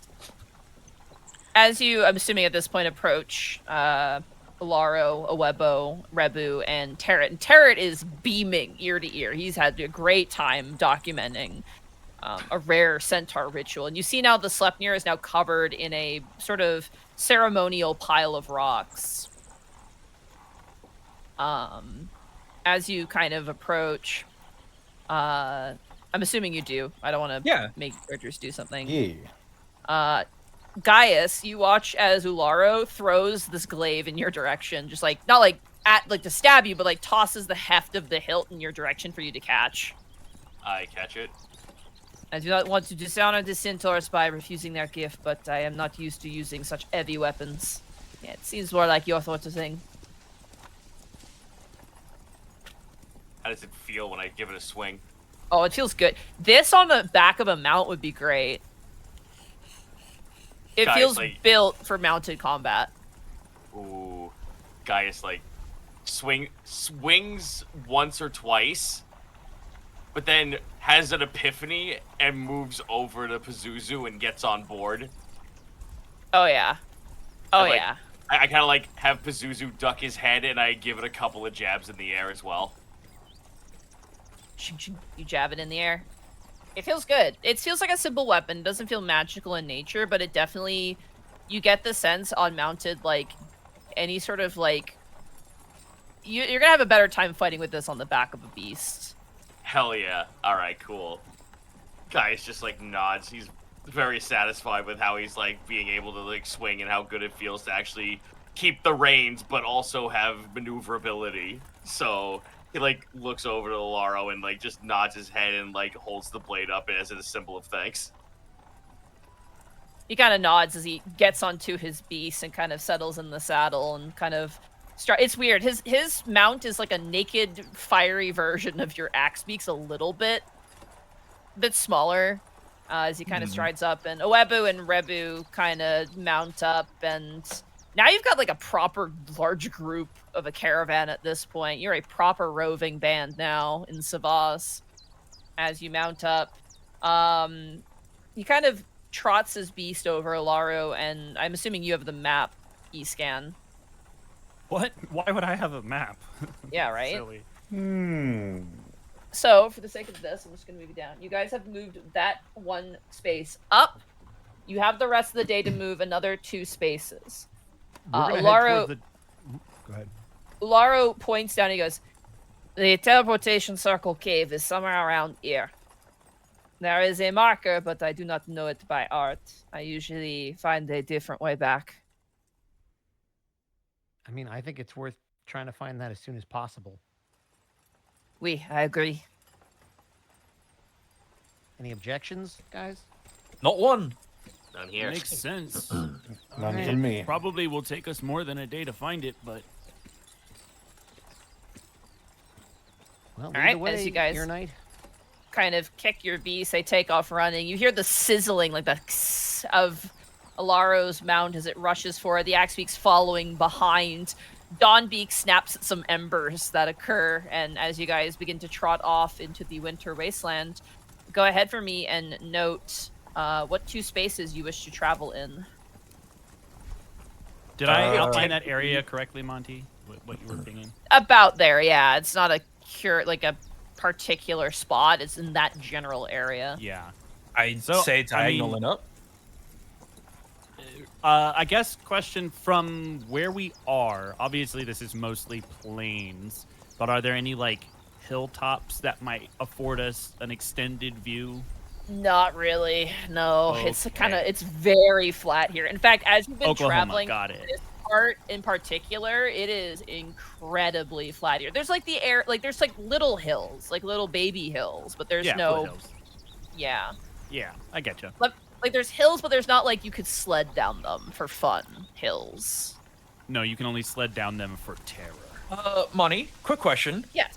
How, and I will be nice to you and use your units. How many kilometers is every square? That's a good Oh, question, gosh. Mega Man. Every We square outlined is this a while ago. I think it was every 5. square is 16 miles, and I'm doing it for you because Got you're it. mostly Oh. American. Thank you. So each Mostly square is American. 16 miles.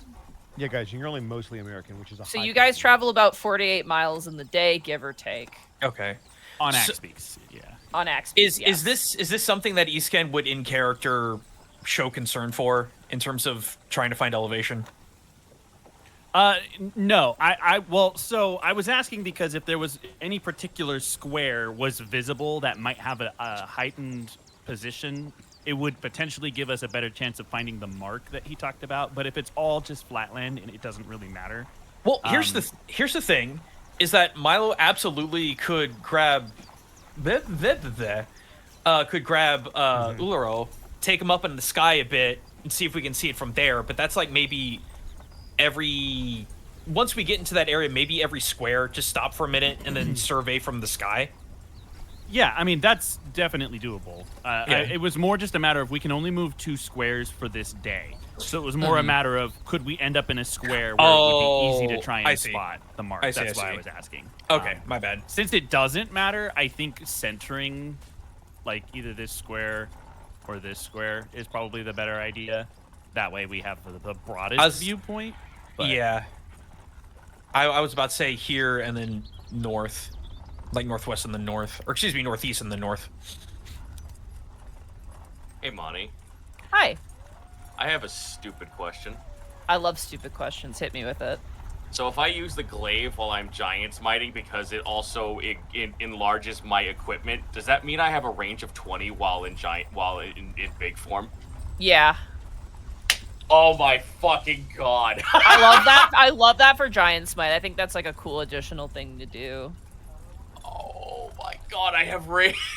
Yeah. Holy shit. Ooh, the ideas are percolating.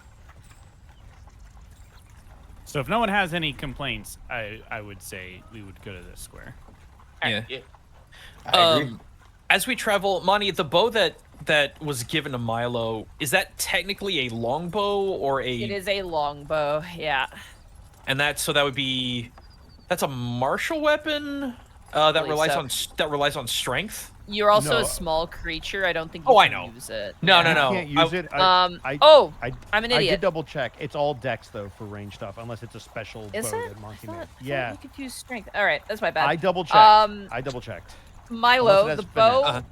the bow has a unique property. Uh-huh. When you are speaking to centaurs, you can reroll 1 persuasion or deception check of your choice when you have the bow on your person. Let me write that down. So Yeah. So you can once per day you can reroll any persuasion or deception check again when conferring with centaurs of Savas specifically, not all centaurs but of Savas. Oh. It's a status weapon. And then Gaius, you have advantage on strength saving throws or dexterity saving throws that would knock you off your mount while wielding that glaive. Ooh. Cool. That's awesome. We need a cavalier Not now. the craziest weapons, but they're very unique to the location in that sense. Oh yeah, yeah. They're still cool though. There's not a lot of mounted combat specific stuff. I now have a reason to ride Pazuzu into fights now. Yeah. Hey ho, Silver! Away! Neither of these weapons are considered magical. They are just Sure. status weapons. as you guys continue riding, your faces are. First of all, the thing you did not expect, your lips. For those who have lips, it's a crazy sentence. What a sentence! Whoa. Welcome to Chapped Lip.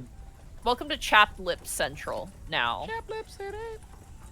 anyone who lives in a cold climate, you know. Yeah. You know. I made it teach for grammar.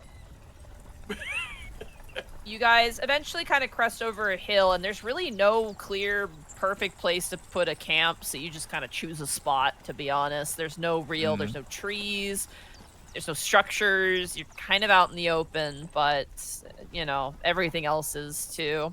You can see also in the far-off distance, like a herd of some sort of, almost like oxen-like beast kind of slowly lumbering in the far, far horizon just out of the eye range as the sun sets.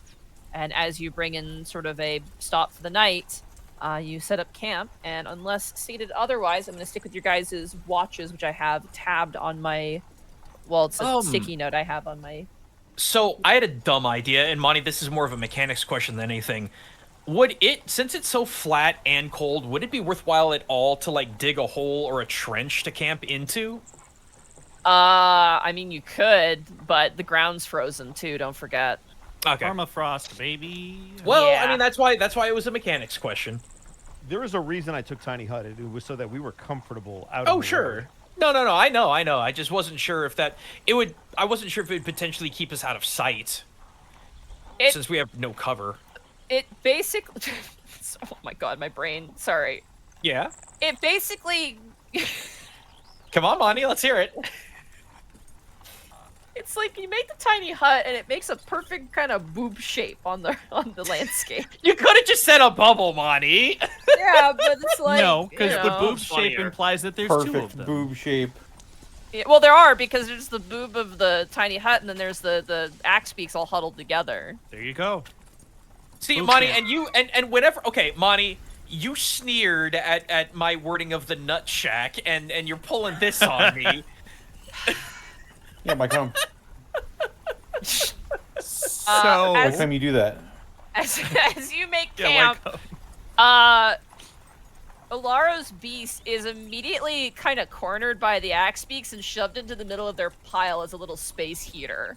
Oh, yeah. You just see the thing go as it gets pulled into the middle, and all the axe beaks kind of huddle around it. And you just see its head sticking out, like it's just going kind of squawking. And Potato Stew also walks over and lies down next to the axe beaks.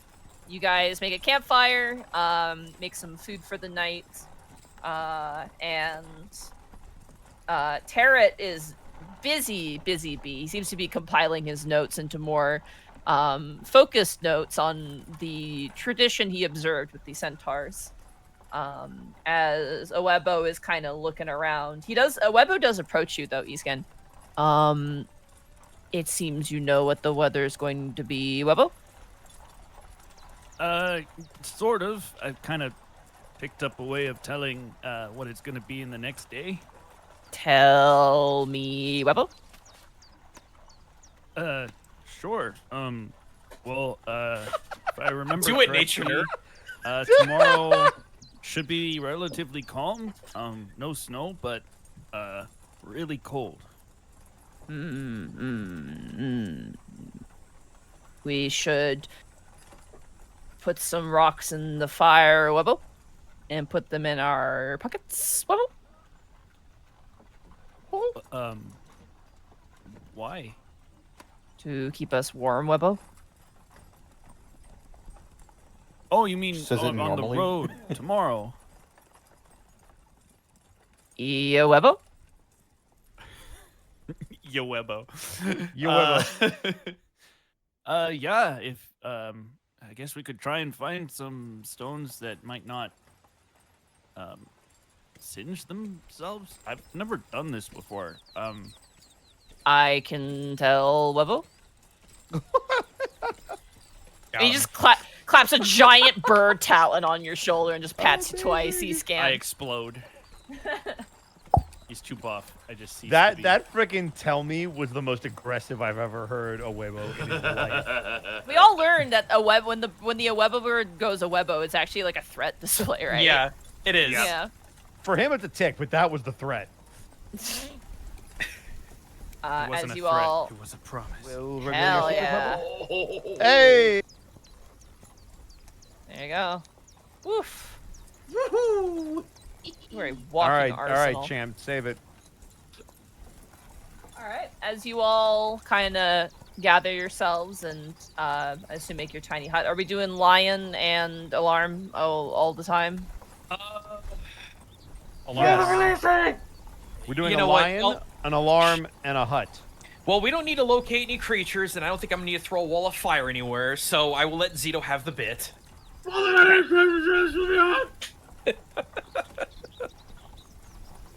What is thy purpose, Lord? Protect. Protect and attack. Father, I have learned magic while I was in the Immaterium. Repeat these words: Aka, Laka, Boom, Boom, for a magic spell. Akalaka poo poo. No, you Zeno, fool! No! You've said the magic words wrong! It's like did you Shazam. read Milo from the just gets taller. Milo turns into a Goliath. Oh shit. That's But my he's type of still a spell. halfling Goliath, so he's only Okay, 4 to be- feet tall. Okay, It's like the okay, same shout outs to Pimations for that bit. I can't steal that gag. Plateau. And here I thought it was Shia Kazing. Plateau, Oh well, I can do that one Baraka, for you for free. Nick. Shiakazing!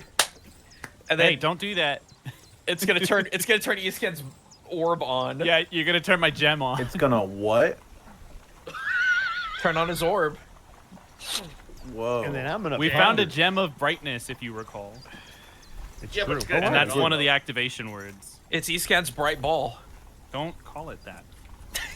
But We what did if not did? agree to call it that. I agree. All right. As you guys make camp for the night, you have a hearty meal. You all bundle up, and as you kind of make the tiny hut, Alera goes, "This is very nice. I like this." You are welcome. You were staying out Hey. at the, You were out in the wilderness this whole time? Most of the time, I slept next to my beasts. They are a natural heater. Ah, that would help. It is very helpful. Sometimes I get too warm at night, but this is very nice. Are you making fun of me? Above game, yes. Wow. Not to be rude, but, will your, mount play nice with the rest of ours? Oh, oui, he is very docile. The creature I got when it was an egg during a battle against a red dragon. What Cool. exactly is it? It is a strider.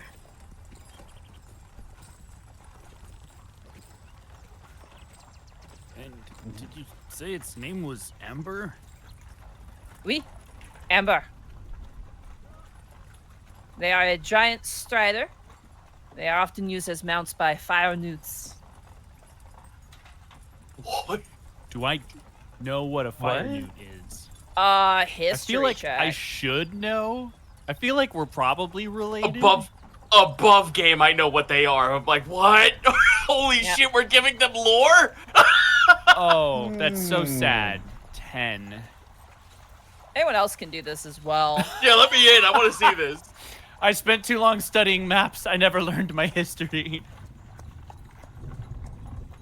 Stop! Stupid. You know what? Sure, 15. Why not? Why would Milo, know this? this actually works for you quite well Oh. for a reason. Okay. And Oh, no, Otho? you. 15. Oh, okay. Otho, you've also heard about this.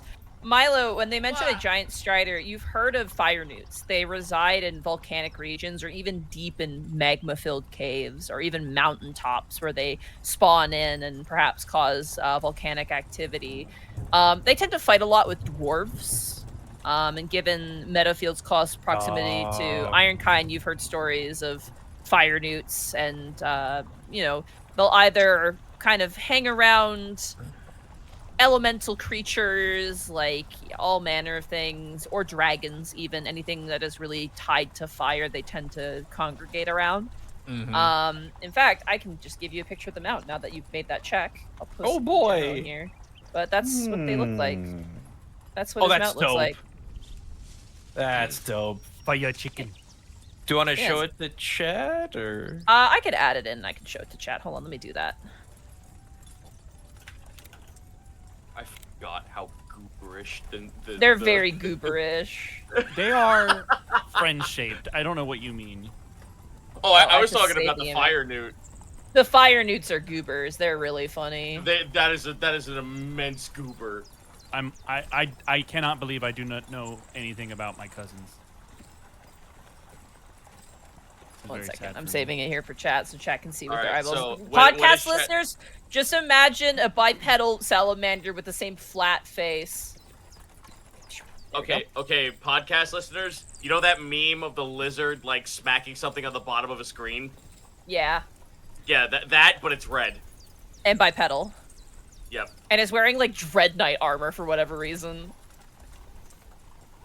I feel like if I I feel like if I touch this thing with my boot and it tips over, it's not getting back up. It's just gonna flail on the ground.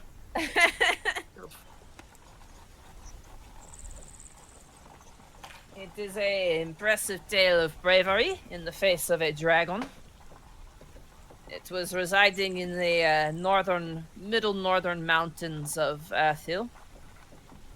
That was me. It was Recklin, Andaris, and Jesper. We were sent to go deal with it with a bunch of soldiers. It was a ruthless battle, but it was a good one. Those were the sorts of adventures I enjoyed. Being closed up in some sort of castle, hearing noblemen argue about this and that. But I got a good mount out of it. It's good to have during the winter. All my allies ride horses, and they're always so envious of me. Anyway.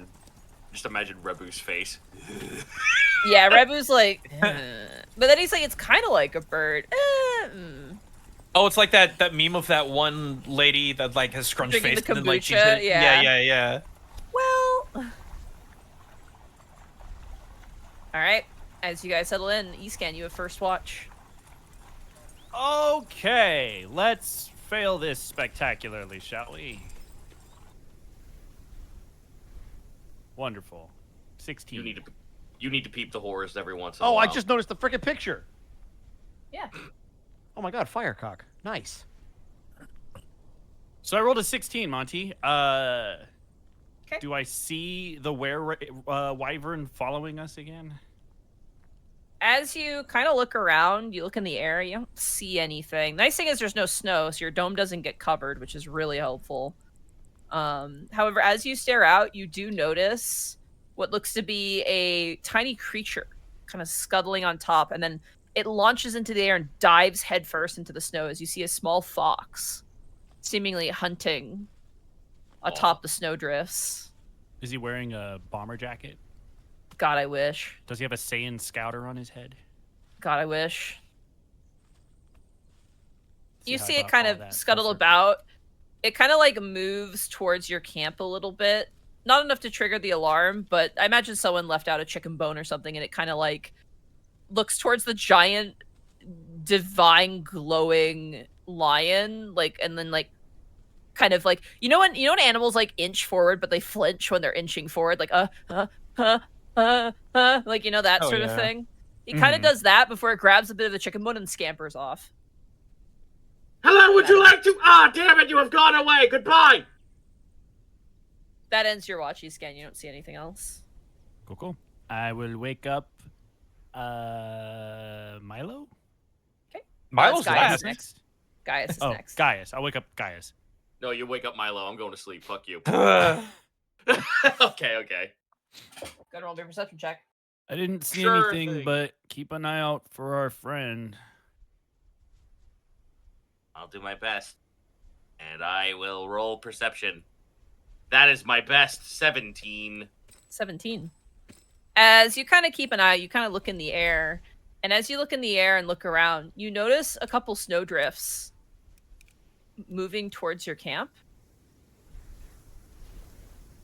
And you see kind of made of rocks, are these probably dog-sized ants. What? Their backs are covered with snow and dead foliage. And they kind of walk up to the camp, and the lion, like, looks down at them and doesn't really do anything. And these two ants kind of stop and stare up at the lion, and you could hear them kind of, like, chittering to each other. Like, yeah. They seem to be talking to each other, and then they both look up at the lion, and then they both look back and continue conversation, and they seem to be, like, gesturing. Like, Italian style. Like they're talking. Oh. Monty, what do you mean by that? Famous Italian gesturing. Yeah, could you elaborate on Italian gesturing, please? They're moving a lot with their little ant hands. I was about to say, Oh. are these Okay. ant legs like pinching their would-be human fingers together? Yeah. You watch Oh. guys as one of them walks over to the, the empty cauldron. I assume you made like your stew in or whatever. And one of them kind of unhooks it off of the campfire, and they both like place it on the ground, and they seem to be locked in debate as to what this is. And you watch as one of them grabs it and like sticks it on their head. And then the ant that doesn't have it on its head like hits him on the head with it. It makes a gong noise, and it then pushes the cauldron off and shakes its head in confusion. And they begin to discuss even further. But you don't understand what they're saying. They are not leaving, are they? They seem to be investigating your little camp, and they seem to be locked in discussion while doing so, yes. Ant fuck debate. It. Fuck it. I will engage in ant debate. Gaius, like, seeing that this conversation is like, this is more inquisitive than it is like hostile, at least between these two. I'm getting a very 21 and 24 vibe between these two, just in ant form. So Very- I am. Very, very lower Manhattan vibe. Don't I jinx will. it. Yeah, come on! It's a group of males serviced by one female. That implies a species that lays eggs. Smurfs don't lay eggs. Papa Smurf has a fucking beard. They're mammal. Immediately gets punched. Right. Turkeys have beards? Those are waddles. Monty. Oh. What? What, It's fine. Mark? It's fine. It's What? No. This is about to spiral. Let's move on. Come I'm on. going to stand No, let it up. spiral. I want to hear it. I'm going to stand up. I'm not going to like walk aggressively, but I am going to make my presence known. Hey, he's walking here. The two ant-like creatures turn and look, and they both at the same time, like completely synchronized, look you up and down. And then they start to talk to each other, and then look back at you, and then continue to talk to each other. Still, their arms still moving, as they seem to be. One of them points at you, and the other one shakes its head like, no, and then points at you. And you're like, what are they talking about? As they're just like, they're kind of like Do you talking speak to each common? other. Do you speak common? You watch as one of them turns, and then shrugs, and then turns back to you. It doesn't seem they understand you. Okay, time to go through all of my languages that I have. I say, I basically will tell them, do you speak Dwarvish, Giant, Sylvan? As you ask each in those languages, they don't seem to understand. Zeno, you have to understand their main characters. Yeah. I'm goddamn Wake up, Kai. I need languages now. son of a bitch. Yeah. You know what? Yes, I am gonna do that. I'm going to. Oh, Jesus Christ. I'm going to hold my finger. I'm going to hold my finger up as like to motion to them to just stay right there, like wave my hand to them, just like one moment. I go back. So what looks like to them is that I just fucking disappear into like the ether as I walk back into the tiny hut, and I shake Kai awake. I need magic. There are two giant ants out here who are speaking. I need to know what they're saying. Is this a euphemism? No. Okay, hibbity I just bobby pick- ghoul. I just pick him up by Oh, the back God. of his shirt and I drag No, him wait. outside. No, wait! Guys, put me back! I put him down, and then I put him down, and I point to the ants, and then back to us. Waves. I will cast Comprehend Languages on Gaius. All So he right, can understand them. Gaius, you hear these two ants in discussion as you vanish. They go, "I say, the goat has vanished." I think you're quite right, Ernie. Oh, It appears no, that the they're- goat has indeed vanished. It must be some sort of sophisticated camouflage. See, now what you don't understand, chat, is They're that every Italian New Yorker sounds Brits? like this when you're not looking. Every New Yorker sounds like this when you're not looking. We just do it to piss you off. So every time you Yep. go, I'm walking here, or you say gabagool, which is literally just pig knuckle meat, you are literally being played. We're all laughing at you all at once. It is the famous Brooklyn code switching. Zeno, are Yeah. you secretly British? I can either confirm or deny No. this. Not that he's willing to admit live he's on air. from New England, not Old England. Yeah, right? Come on, wake up. Such Anyway. a strange cavalcade of beasts that seems to be gathering here, my good friend Moot. And the other ant turns and goes, I agree, my good friend. First, we have a glowing, feline-like creature. Next, we have a disappearing goat. And look upon those fine avian fellows over there. And they both turn and look at the axe beaks. Oh, my good Yes. friend Ernie. These are axe beaks. Oh, Yes, by that's what right. means...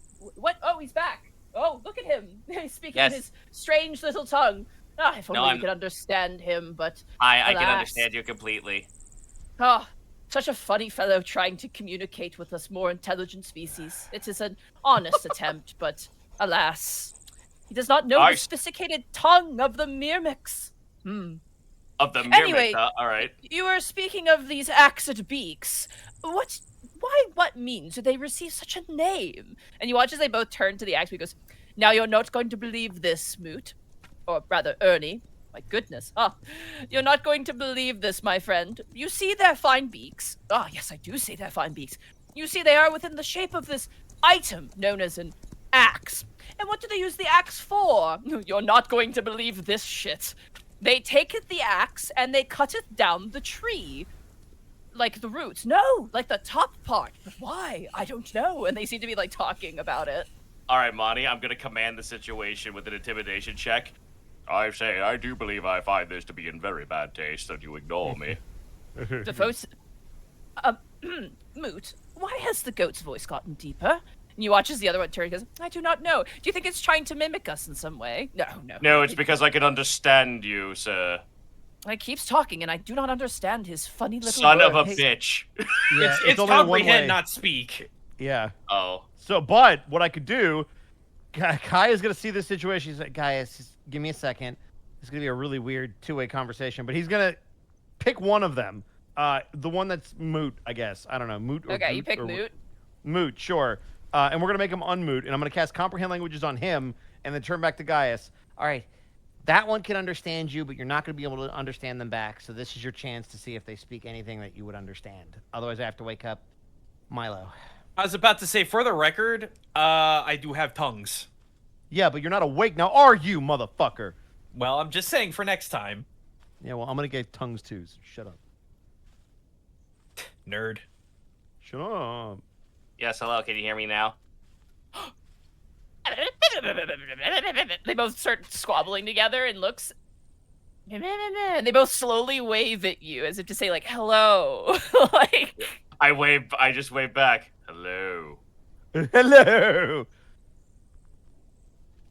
Yes, hello. Can we help you? they kind of like scuttle around you and they kind of tap the stony appendages that come out of you. Mm-hmm. Gaius is unbothered. He's just like looking at them, just like, Hey, Monty. Can I help? Hi. Comprehend Languages is not a concentration spell. Could it be active for both of them at the same time? Click comp. Oh, you already clicked. Did you click? Can you click it for me? Yeah. I click tongues. Yeah, there's no concentration. It doesn't say that it needs concentration, so Yep. it's casting it twice. They should now have the ability to go back and forth. Yeah, absolutely. If you want to cast on Okay. both of them. I did. So now Gaius has it and Moot has it. And I'll cast it a third time so all three of them can understand it. Okay, you got it. So they can have a conversation now. They're Yes, tapping thank- this audience. thank you. Perhaps this is a creature of the earth, my friend Ernie. You hear Ernie go, perhaps, but can you not tell that he is a beast of lumbering of the above worlds? I agree. And they kind of nod in your direction. He Yes, wants to hello. know what we want with him, but what he does not know is that we are in fact very intelligent scholars, and he is speaking now to us very clearly now. What is happening? Oh, my friend is casting magic so I can understand you too. Your friend the giant snowdrift.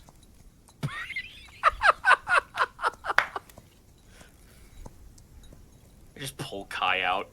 Just like my That hand pops, just- that my pops hand tiny hut, disappeared. by the way. Oh, Huh? fuck it. No, keep him in there. No, don't Oh, do that. Please don't. Yeah, keep him in there. Just like, wait, no. Oh, no, see, me and my allies are actually resting here. We have a magic dome in which we sleep in while it is cold. A magic dome. A magic dome. I see. Okay. Yes. Of course. We have to note that in. My good friend, we are very inquisitive about your strange feline companion, as well as your beautiful armor. As they lift up the pot, your very fabulous armor and your strange acid-faced birds. This is rather strange for us. We are from the deep underground. We are from a sophisticated collection of myrmecs who live beneath the earth. And we have come here for research purposes. Oh, I'd love to answer your questions, but I will also pose a question because I've never seen anyone like you before. We have Tricreen up here, but I've never seen anything like you. Oh, the Thrycrete. Oh, they both scoff and like wave their hands dismissively. Yeah. Oh, fuck. Oh, yes. The uneducated and unfriendly Thrycrete. Yes, of course, we're very aware of them. Many mistake us for such creatures, but no, we are in fact myrmecs. We are elementals from the deep earth, you see, and masters of earth, and we are explorers, we are researchers. We also love to make friends. Oh, that's good. I have a little bit of experience with giants. That has something to do with stone some. Oh, I see.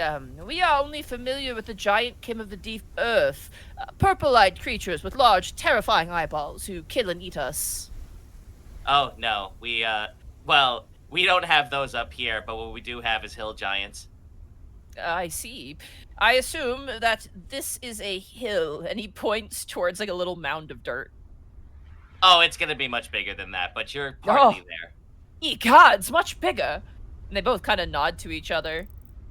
I see. Well, we are currently on the search for the most ideal mud composites and to learn about your creatures, as we are not currently in the stage of reforming. But we've learned much already. How interesting and how fascinating to know that a creature such as you could speak with us. Quite. They both kind of nod to each other. Well, I should probably tell you, there is a language that you could possibly learn that would help you understand us a lot more. I believe, my good friend, while we appreciate your attempts at having us learn a language, unfortunately, we lack lips. Oh.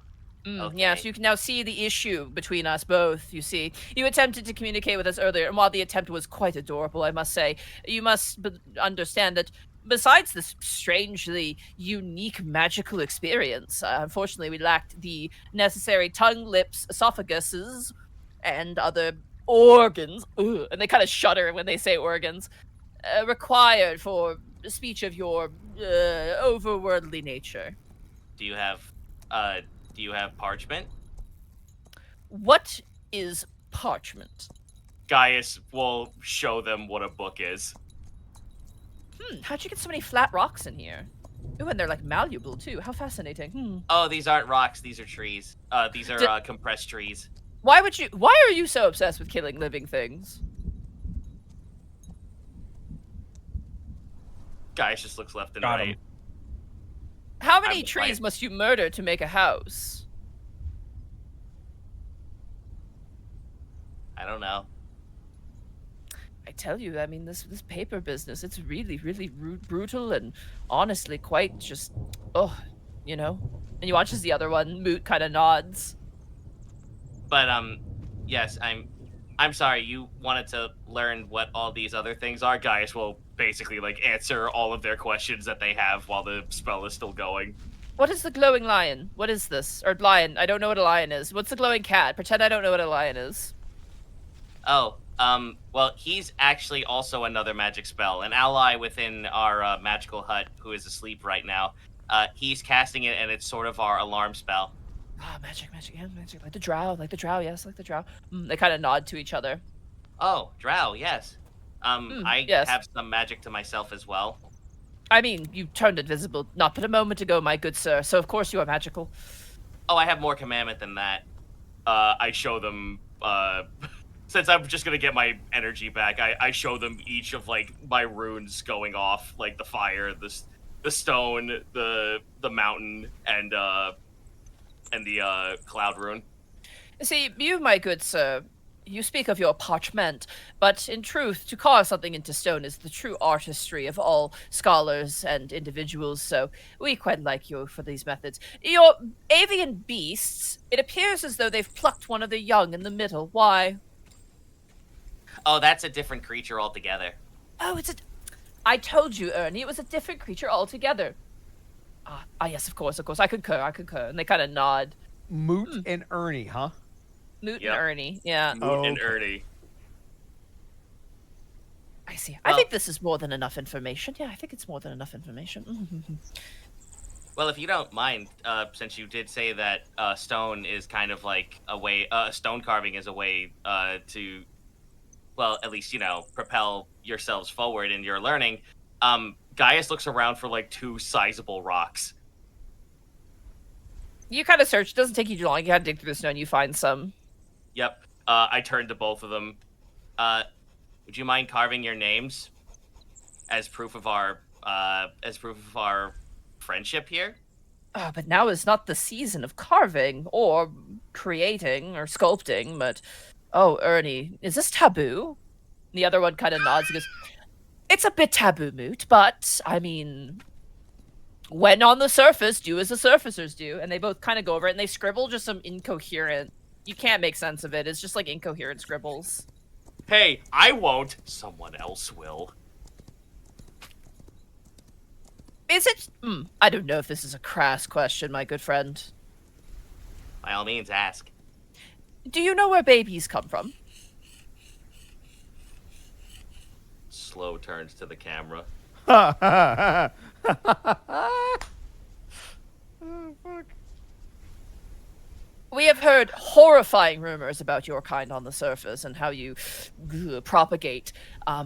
We ourselves are artisans. We Mirmex carve our young out of stone and sculpt them into a better image. I did not think that's where that sentence was going. But we've heard rumors that you interface with one another and then create spawn of your own. Which sounds, and I mean this with the utmost sincerity, utterly horrifying. Well, for someone who doesn't...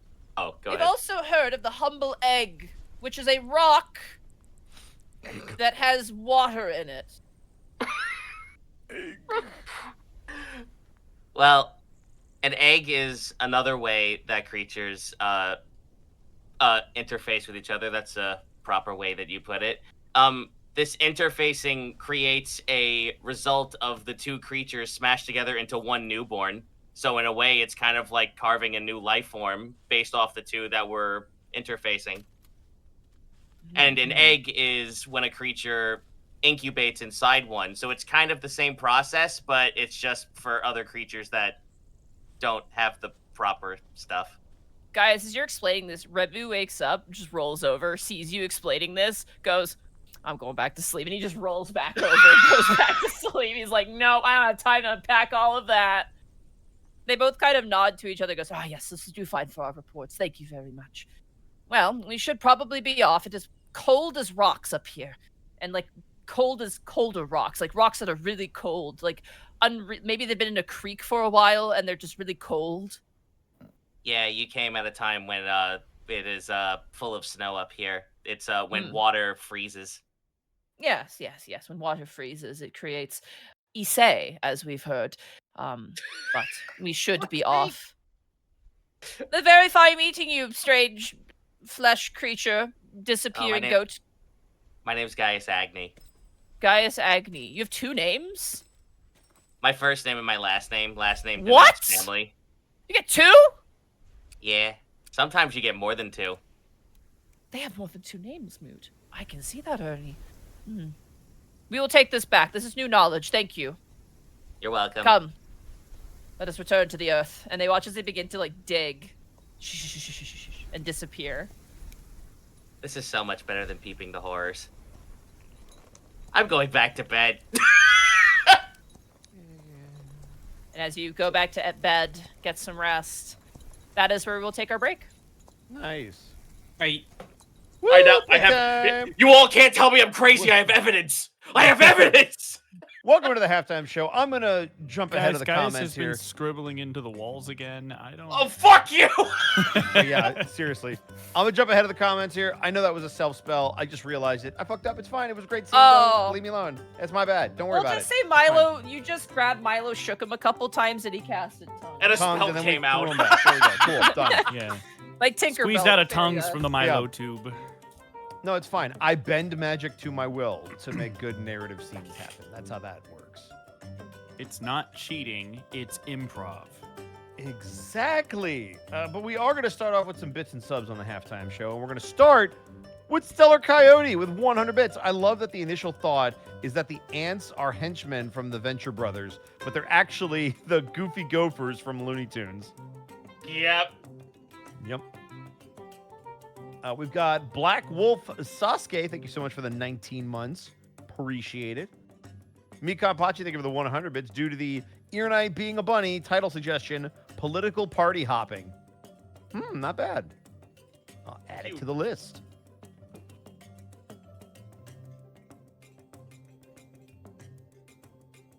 What else you got, Bosco? I'm going to keep scrolling. I'm going to tell you what else I got.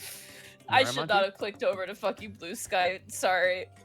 I gotta, I gotta grab something here. Hold on.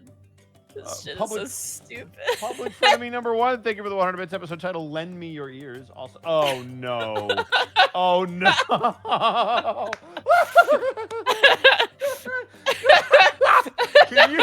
Can you put that in the chat? Because I can't describe it better than they'll You see it. can't describe this shit. I'm posting it in just have chat. to- It's- just put it in. Oh god. That's incredible. That's incredible. David. Oh. I also violently appreciate the only reply to this post being Zach Oyama from Make Some Noise. I'm David. I'm David. Who is David? He's David. He's David. That shit's so funny. Holy shit. Oh, Sorry. Lord.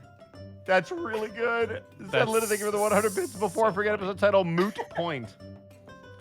Oh, that's man. cute too. That's very That's cute. alright. It's fine. I've seen better from Zen. I hold them to a high standard. What else do we got here? Holy Mikan Pachi, shit. thank you for the 100 bits. Oh boy, that was really good. Also, Randy Feltface mentioned, so now I'm imagining Kai and Iskan buying a bookshelf off Gumtree. Why would we buy it off of Gumtree? My favorite bit he has is the one about he's like my favorite thing to do is when I'm driving, because I guess in Australia they set up like similar to Canada, there's like little stop points where they do like drunk driving tests where they make you like breathe in the breathalyzer. He's like, so my favorite thing to do is to get to those points with my friend and pretend to be drunk, like just really drunk. And so when they do the breathalyzer, it doesn't come back as be drunk, and then I drive away and they're confused. I would good totally bit. do that shit. I would absolutely do that shit. So I wouldn't. That's literally called white. No, it's called white privilege, Mark. That's why. That's exactly what that is. It's I can get his- away with it. the fact I've that been Randy growing my hair Feltface out. is It's too curly to get away with that now. Jesus Christ. Yes. Randy Feltface's Yes. body, like with a puppet of all things, is so Yeah. strong. It's so Yeah. good. Oh.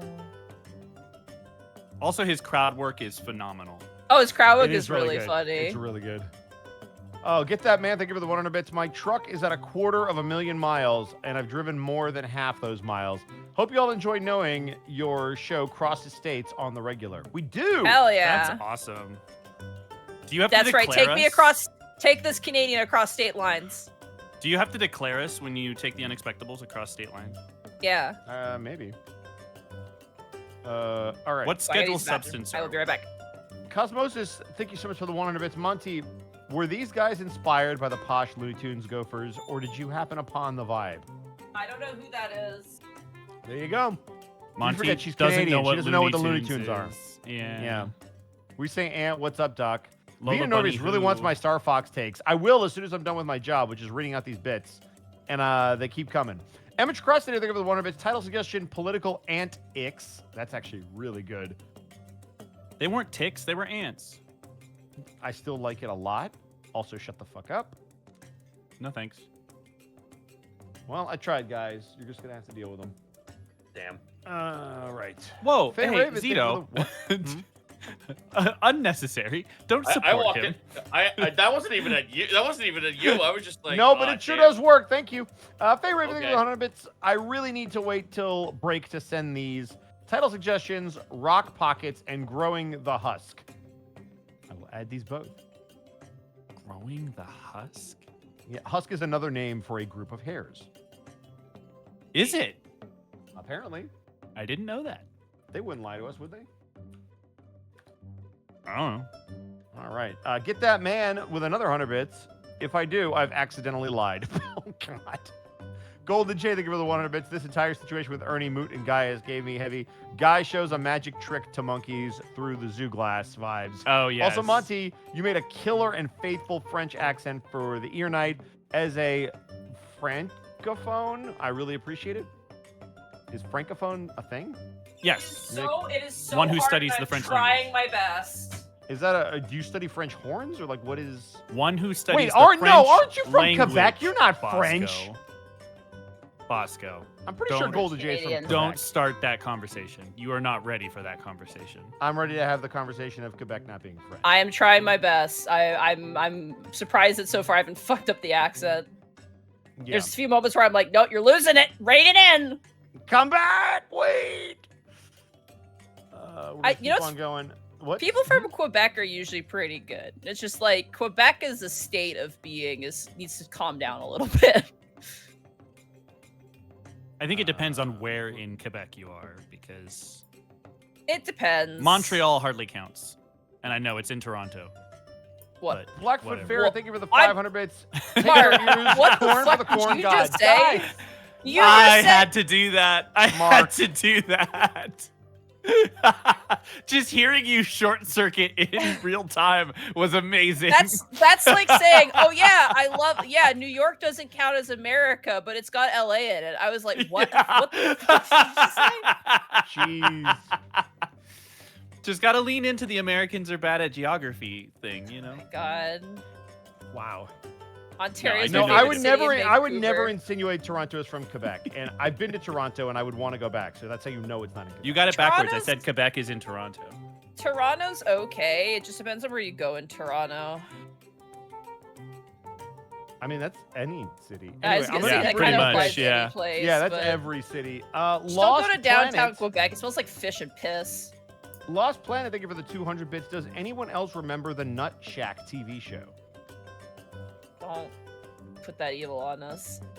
Red May J's Bounty, thank you for the 100 bits. So I'm happy we're getting a new Star Fox, but the realistic look I'm iffy on, especially with the greasy looking Slippy Toad. Cool. This is my segue. I'm going to pause here for a minute. No. So No. that's- You got more bits no. to read. No, Shut you up, don't get to Mark. do this yet. No. You got more bits So- to read. No, because this is You in do. relation to the bit drop. So I'm going to No, comment on that the wasn't bit a drop. question. So It was a you don't get comment, to and I'm going to make it a interact comment with as it. well. I do not like the Mr. Fox look of the characters. I don't know if the gameplay is good. I don't know if the game's actually going to be good. But already from the look, I am not a fan. I want it to do well. I fucking love Star Fox. Star Fox 64 is one of my favorite flying games of all time. Flight simulator, arcadey, whatever. I need this to work because I want a new Star Fox game. Please don't suck. Please don't suck. So, What, All you're- I'm I don't understand why you'd be unhappy about the 4th edition of Star Fox 64. yeah, this I is like think the you- 4th time they put this out. Well, because they know it sells and they want to be like, well, is it going to sell again? And then we'll do a new one. It's like, Right, do a but new I one.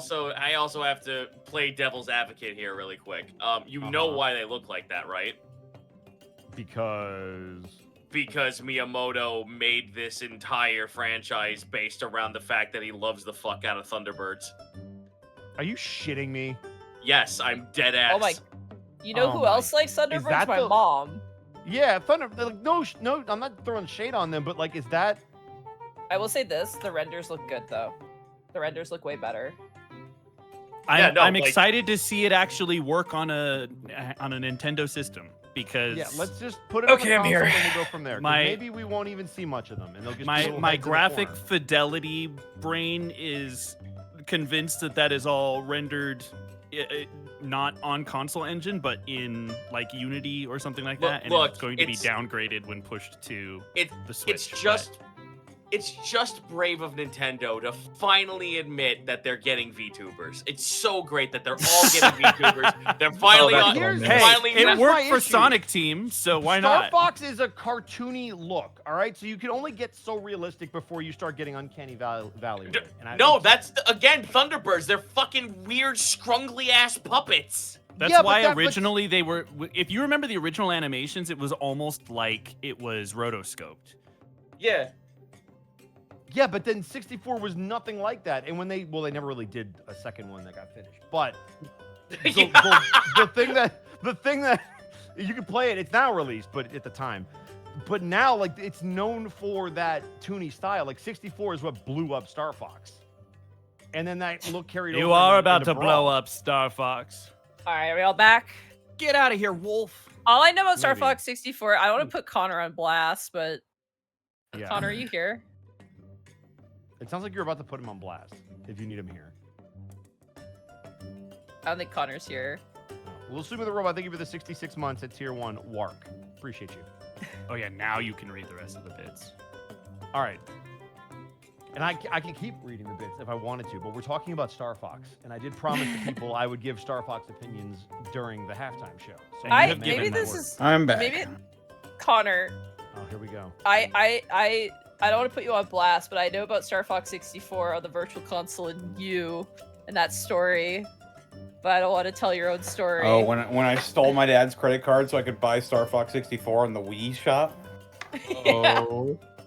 And then, Amazing. like, your dad asked you if you did that, and you went, yeah, and you went, yeah, you're grounded now, and you're like, fair enough. Like, it was like, So what happened was that he didn't even say anything about it. I felt so guilty about it that I cornered him and I was like, "Hey, I did this," and he's like, "Thanks for telling me. You're grounded."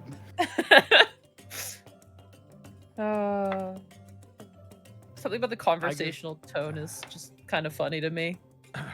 I just give me a new Star Fox. Better yet, give me a Star Fox animated series. Stop That'd be fucking fun. around with the games. Or Where's my I Star Fox movie? thought the announcement was gonna be they're gonna put Assault on the GameCube Virtual Console. That was what I thought they were gonna do. They should absolutely make Assault not locked to the GameCube and put it somewhere. Yeah, You they know should what put they it on really the should do?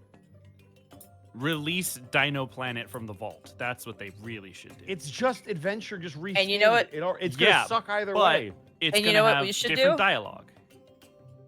We should jump back into the game if everyone's back. We should also kill Yeah. Crystal, but that's beside the point. What?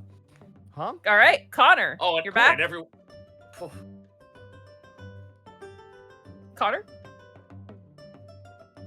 Oh my God. Yes. Connor went the way of Oh, what I he want. left No. us. Oh, thank He you. left us. All right. You're good to keep going, Connor. Uh-oh. He's Buddy. there, I hear him. I wonder if moving. he's getting up. I feel bad. Yes. Okay. Yes. Sorry. All right, Bosco, you're good to go. Yeah. All right, Gajjun, you're good to go. Mark, you're good to go. Indeed. Zeno, you're good to go. And you all nailed me to the cross over the chow. I did no such thing. I was looking at the audience, not you. But I am the audience. I'm the only audience you ever gonna need. As you guys awaken the next morning, it is a clear day. However, as you reach your hands outside of the tiny hut, oh, is it cold? It is like that finger-numbing cold. Is it so cold I can't cast Druidcraft to figure out if it'll be better tomorrow? You can cast Druidcraft, however, as you step out of the tiny hut, it is so dry and so cold that your breath, it's hard to breathe almost. Well, I can hold my breath for 15 minutes, so... Gonna cast Druidcraft? Yes. Here it comes. Are you ready? Oh, I clicked on the wrong thing. Hang on. Here it comes. Here it comes! Here it... There it is. Alright. A As book. you cast Druidcraft, the sphere in your hand reveals a gentle snowfall, but reveals that it is going to be just as cold tomorrow. You're looking at no wind, little bit of snow, gentle snow, but negative 30 temperatures. Woof.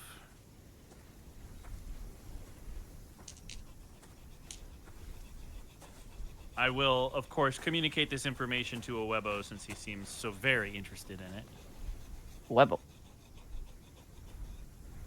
He kind of gathers some rocks and warms them up near a fire and hands like one each to each of you to kind of like put in your jacket.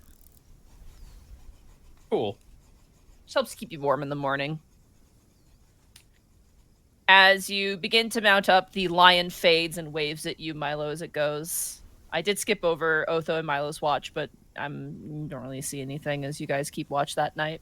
Okay. Father, I saw a fuck! I was waiting. Thank you, Zeno. I was waiting for that.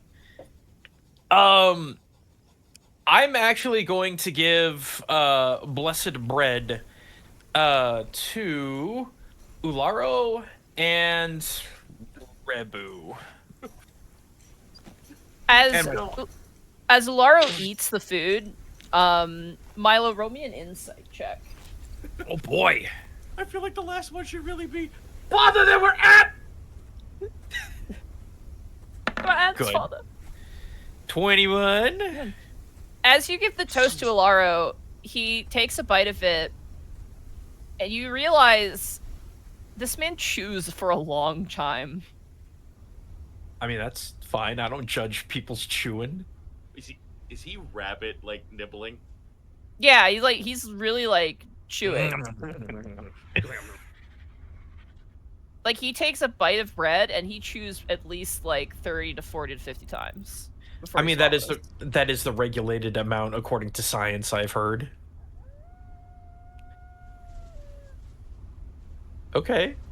Milo doesn't find it too terribly strange, I wouldn't think.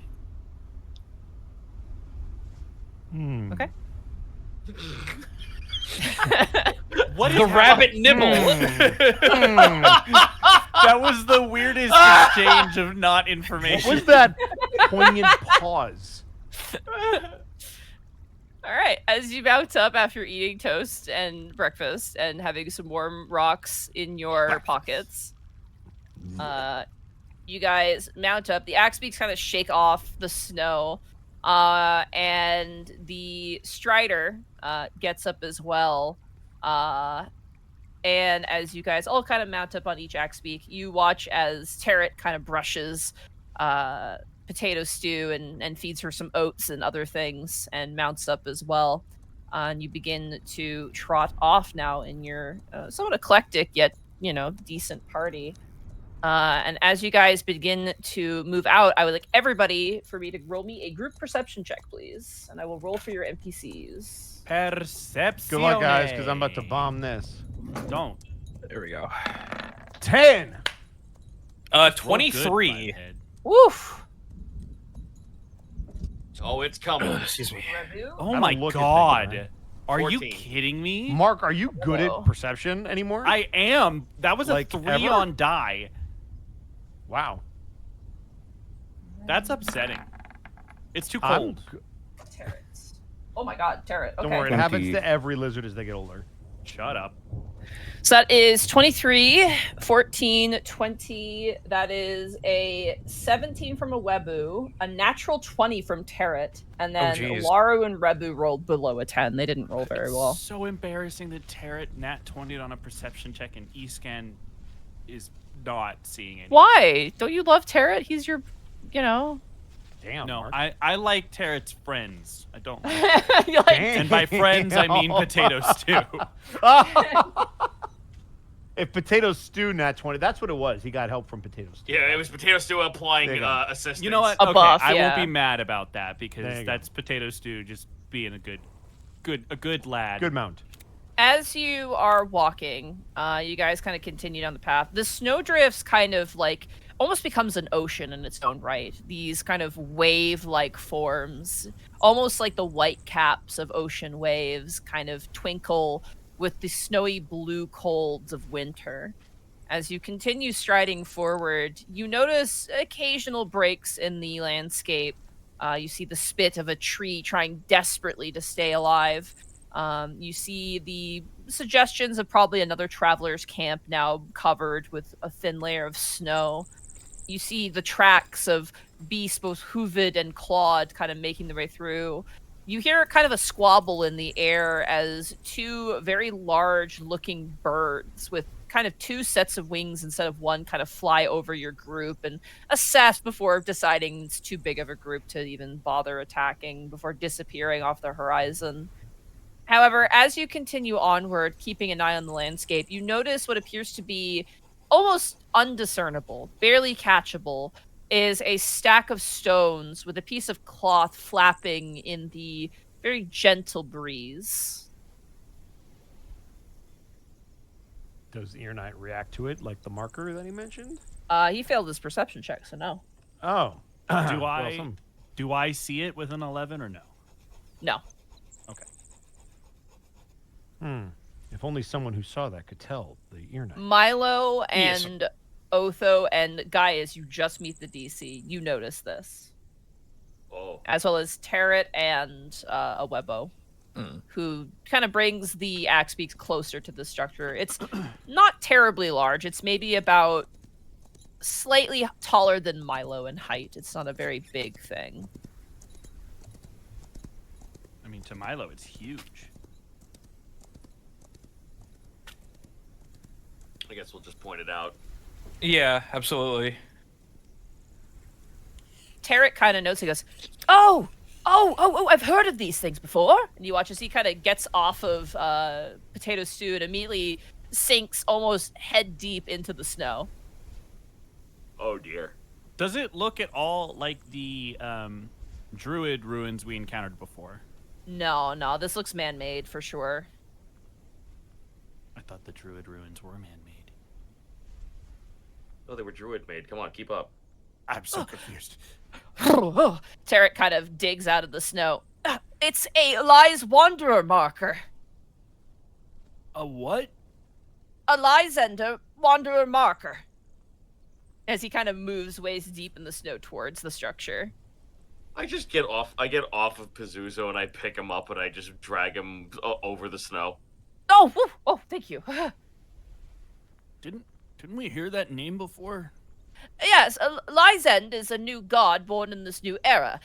His worshippers are those of wanderers and adventurers and people trying to make new lives for themselves. These are one of the markers. Kier? He says it to the group rather than to them. Oh, bless you. I believe Kier was one of these wanderers, the- so to speak. The bard, right? Oh, Yes. that masked fella. Yes, Lysend worshippers tend to wear masks. Porcelain masks are most ideal, but some make do with masks of wood and other things. They're a strange group of individuals. They don't seem too, harmful, at the very least. These stacks of stones were markers once used by ancient travelers, but we've seen more and more of them cropping up in random places. They denote markings of things, assumedly. What exactly are they marking? Well, that is... I don't know. A crow in the distance just... A fucking crow. Laro dismounts and approaches, and he goes, I know this, where this is supposed to go. This is a marker for the teleportation circle I mentioned. Ah. Oh, that was fast. Yeah, I told you it was close by. looking. Why Yeah. would the worshippers of this god know about it? I do not know if it is meant to mark the teleportation circle, but this is a landmark that which I can rely myself.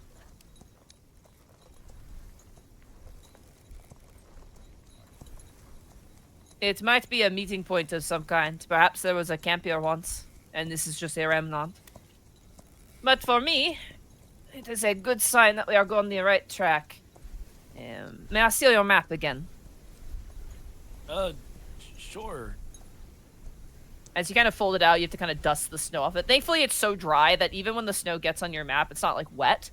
Well, and You can it's easily just- waxed too, so. Yeah, but it's like it gets on there, you just blow it off. It's like so dry. Mm.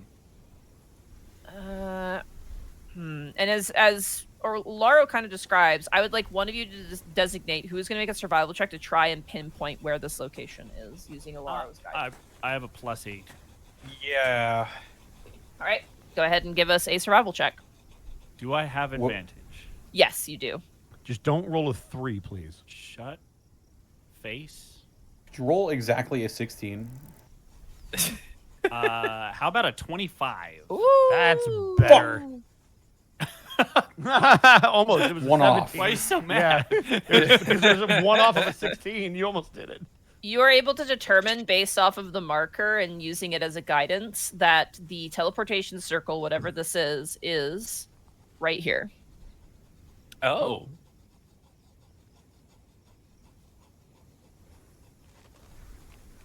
So you're maybe half a day's journey out towards this location. Cool. Very well. We shall move in that direction. All right, as you guys remount and make your way, you begin to follow the map, occasionally stopping. You do see some more of these markers, but they're very few and far between in this area. You can also see, it's very hard to see, but you do see off of the crest, the landscape to the north begin to change. You see now that the entire field is kind of stooping down, like kind of like very slight slant heading down, and you can see just on the cusp of the horizon the flickering signs of a river up ahead. I'm assuming that's this river up here. You can assume what you will. Okay. Okay. Let's go take a peek.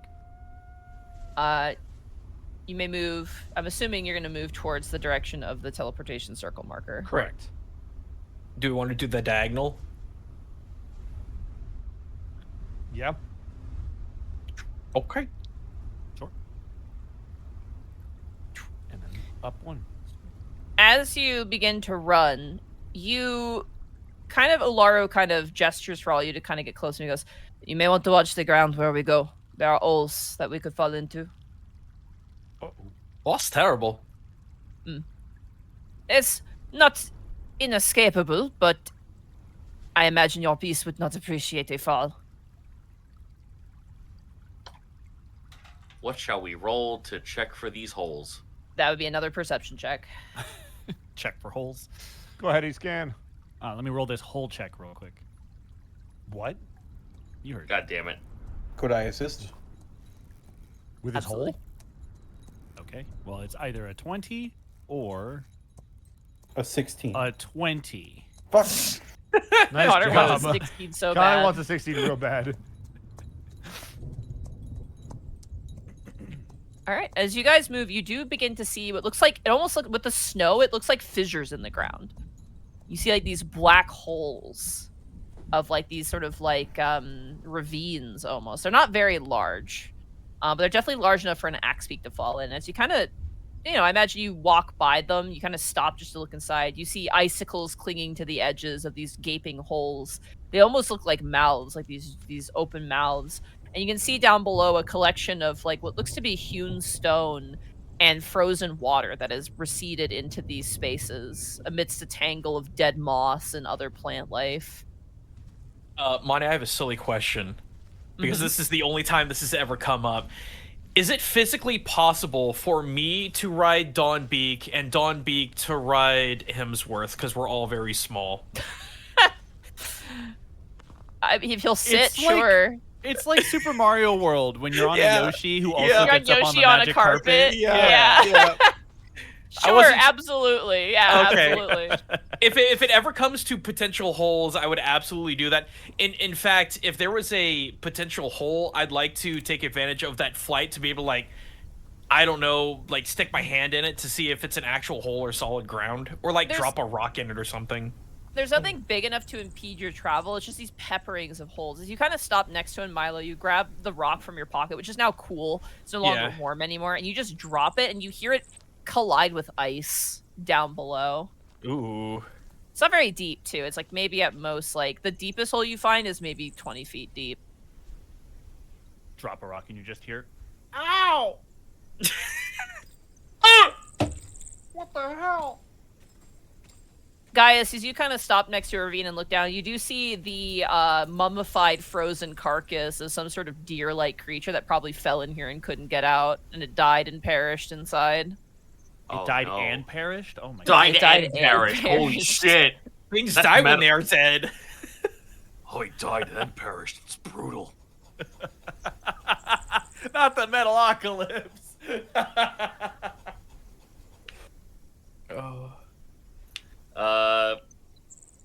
See, is there anything else we can peer that's down here that isn't a corpse? You want got to try some and like horrors go you can inside the peek. hole? No, Christ, no. Okay. Actually, I have a fucking stupid idea. I love that. What if I... How far away, like, is the corpse from me? Like, what's the, range? As you look down the hole, it's probably like 15 feet deep. And it's like half frozen in the water.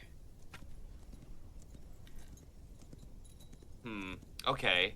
Because I had an idea of, like, either, like, sending down some kind of, like, object of fire to see if it, like, melts away anything else to reveal. Okay, you like take a torch or something? Yes. You... I don't need dark vision, so I'm gonna set a torch and then drop it down there. As you drop it down, it Kunglang hits the bones and like scatters across an icy floor. And it burns, and you can hear hissing from the ice melting near the fire, and nothing else. Okay. Can I dig Sure. to get down there? You have claws. You kind of dig, and as you dig, eventually you're kind of trying to, I imagine, go around the hole to get in, like, at the bottom. Yes. Yes. As you kind of dig, you eventually hit something you're actually quite familiar with, which is this hewn stone. Oh shit. Is it on the floor, or is it, like... Walls. It makes the wall of this cavern or whatever it is. Oh, shit. Okay. Okay. Is there a... Because I'm just trying to think of, like, is there a sturdy way for me to, like, use my grappling hook to make a makeshift, like, rope ladder for them to get down with? To the part where you're next to the wall? Yes. Yeah, you could just use a rope. You could just tie it off and have people come down if you want to, like, dig out a space for your friends to sit Minecraft style.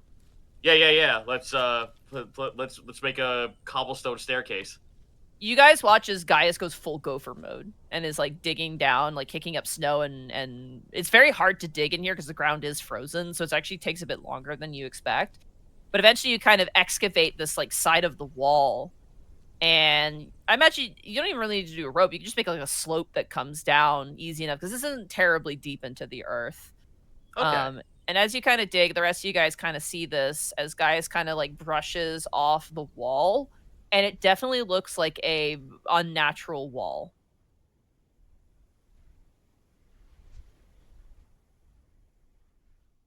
Hmm.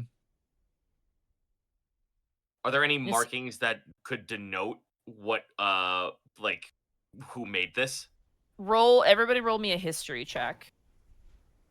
Oh boy. 17? That's a 19 guy. out of nowhere? Ooh. No, this makes sense for Milo. 19. 10. 5. Oh, so you're like, it's cold as hell out here. Milo, and Kai, it's a wall. However, it lacks a lot of the more rudimentary construction you're used to. And as you're kind of looking at it and sweeping a hand across it, it is cold to the touch. And both of you have the same realization at the same time. This is similar to a wall you would find in a mage vault. Oh. It's that old. God dang. But it is deteriorating. And as you realize, the holes that you actually have been passing by are probably collapsed roofs of rooms that were probably once part of this mage vault. Oh, jeez. Oh, we found a... Oh, God. Yo, adventure boys, let's go.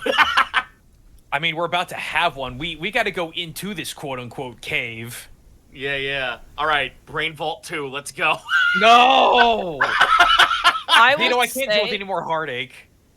Kai and Milo, this mage vault is destroyed. Like as you kind of look at it and you look down the holes, this, first of all, it's really close to the surface. Right. Like, this is probably the most close to the surface one you found, and it has definitely been worn away, for sure. Like, you can even see parts of it sticking out that have just been completely reconsumed by nature entirely. The holes are just the remaining parts that are still, covered in mold and, plant life, and just collecting pools of brackish water at this point and trapping animals that just fall in by accident. Wow, I never thought this had been a mage vault.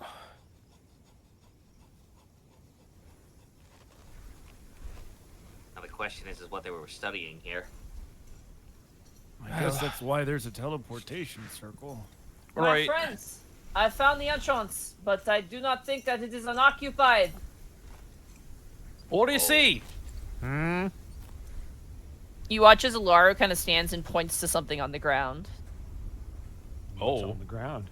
What is on the ground? As you approach, you see a big footprint. Someone roll me a knowledge nature check. Go ahead, key scan. Well, first of all, that's Am I I right? want to do it anyway. It is stereotyping. Woohoo! Oh, God, Natural no. 1! 13. 13. This is easy for you, Escan. As you look at the footprint on the ground, it is very clearly a bear footprint, and it is a big bear footprint. Is it a bear or an owl bear? It looks like a bear. Okay. I think it might be a bear. Is that a problem? Could you talk to it? We've seen him do it before. Potentially, Yeah, it could be a really funny. werebear.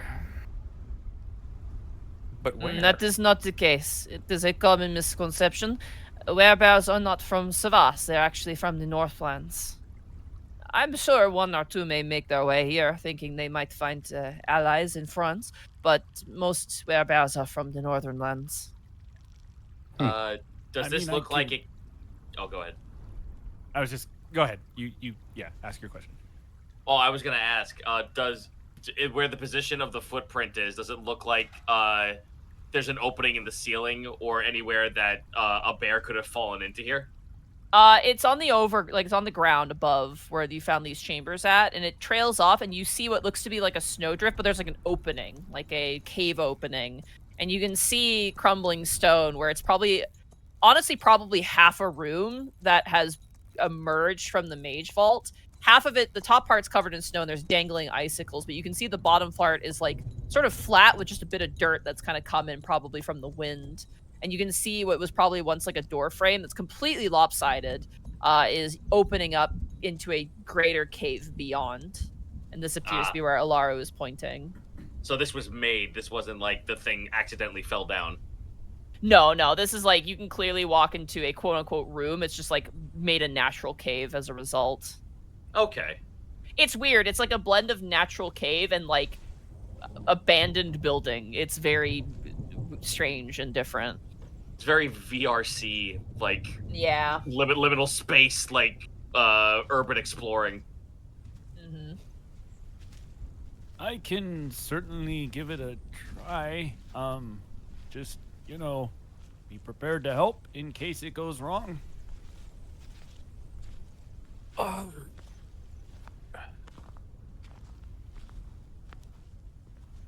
guess I will. Don't. I was just gonna say I don't think any of us have any kind of meat or anything that we could offer it to try and lull it. He definitely meant in case combat ensues. Well, no, I'm not. I know this is just in addition to. Yeah, I get you. Because animals are a lot nicer when they're full. I will cast Speak with Animals. Okay. And cast Speak with Animals. And I will slowly approach the cave. And I will announce my presence rather than sneak up on them. Hello? You hear snoring coming from inside. Is anyone in there? As you kind of approach closer, Escan, you kind of look into the chamber. You don't have dark vision, do you? No. You peer into pitch darkness. You just hear a...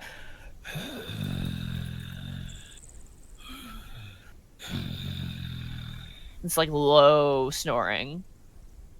I'll look back. Can someone hand me a torch? Is there a rock on the ground, Monty? Yeah, definitely. I will grab that rock, throw light at it, and then toss a T-scan. It hits me in the head. I die. Well, skill issue. Okay, I will take the now glowing rock. A lot of rocks in this episode. And slowly descend into the cave? As you enter the cave, it is a square cave room. And you see currently in the corner of the room just the fattest bear you've ever seen in your life. He's fat. Whoa. Just a thick boy. Sleeping in a nest of what looks to be, torn up scraps and bits of like dried leaves and foliage, just snoring heavily. It's quite warm in here, shockingly, as you walk in. It's just a bit humid and moist in like a bear way. You Bear see moisture. another Ew. You see another door beyond, and you notice that there is actually like what looks to be like a slab of stone that is completely just dissolved back into being kind of gravel or rock on the ground. But you can see that this stone slab had a divot in it, and you can see where sand probably used to be. But there is another kind of broken egress beyond in the darkness past this bear that's sleeping. I'll just sort of like... The bear's eyes, tiny little eyes, these tiny little beady eyes. The bear kind of lolls its head, and you see now that it's kind of like a grayish brown, but it's huge. Roll me a nature check. Oh, I rolled on the wrong sheet. This should have a +1 to it, so 9. 9. That's a big bear. This isn't a regular brown bear. This isn't a black bear. This is some sort of super bear. It's big. And it kind of lolls its head to you and goes, "What are you... Dude, it's hibernation time."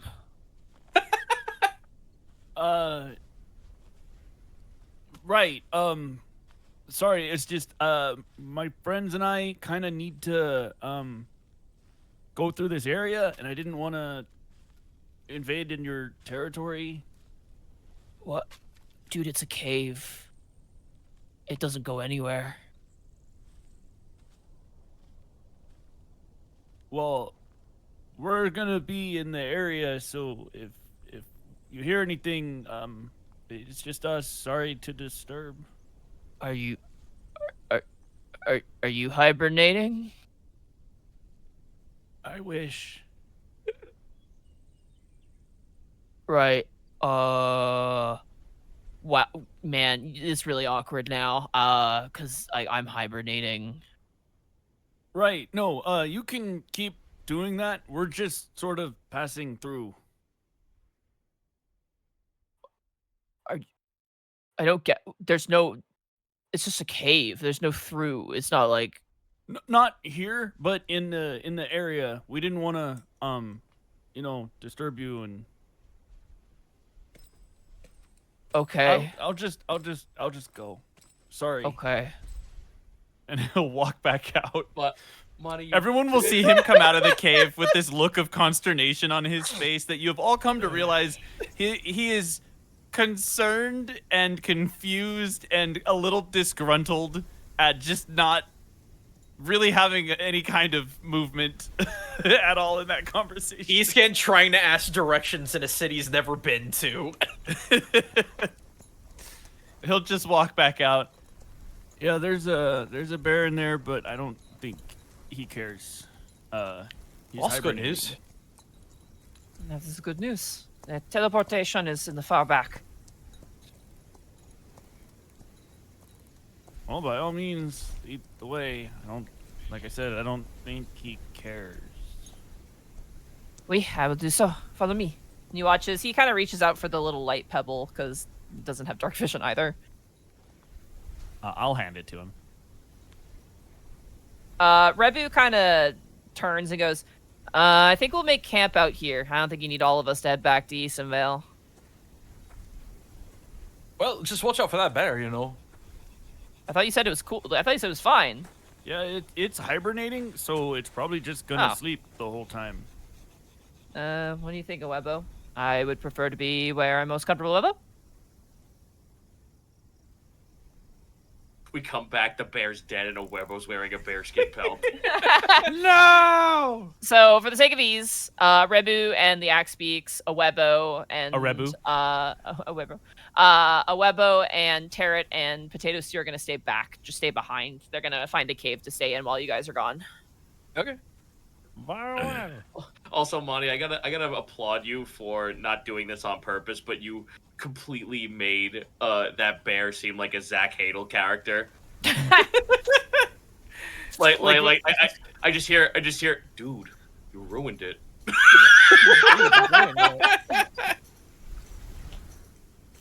I only tell lies. I'm the one who tells lies. All right, as Alaro kind of enters inside, you see him kind of stick to the wall opposite to the bear, and as you kind of move, everybody roll me a stealth check just to see how quietly you move past this bear. Oh, good. I have disadvantage. Yeehaw. That makes sense. That's a 15. That's what I roll well on. Connor, I want you to know I Hey, rolled you- a 16 on die. That's an 18 so either way. Let's go. 12. I did give you Alright. your 16. You just didn't see it. As Yeah, you guys 16 kind has of chance. As you guys make your way through, the bear does kind of lull its head up again, drunkenly, and kind of looks towards you, Gaius, and goes, "Oh hey." I can't understand him. Yeah, So- that's what you hear, Escan. You're a, "Oh hey." Yeah, sorry. Like I said, just passing through. No, I don't get it. It's a cave. Just go back to sleep. Okay, we won't bother you. He goes And back like to sleep. Escan will turn to look back at the rest of the group. You can tell he looks stressed. Like he has no idea how to navigate the conversation that he has had with this thing. As you guys kind of press through, you see Alaro kind of guides you, and you can see like the idea of a hallway. Once upon a time, it is fraught The with concept of a hallway. yeah, it is fraught with icicles, and all of you. Just follow me here, okay? Just stick with my reasoning. I swear to God, it makes sense. As you're walking through the halls of this derelict space, it feels like a mage vault, but italicized, if that makes sense. Like everything is off slightly. Oh, okay. It's a Italicized. fancy mage vault. Everything's Oh. skewed, like the walls are slightly shifted over, the floor is completely cracked and uneven. Time has worn away at this place. However, Laro leads you into a chamber which you recognize as a teleportation circle, and while the rest of the chamber itself is seen better days, the circle on the floor and the floor itself looks completely untouched, almost immaculate in nature. There it is.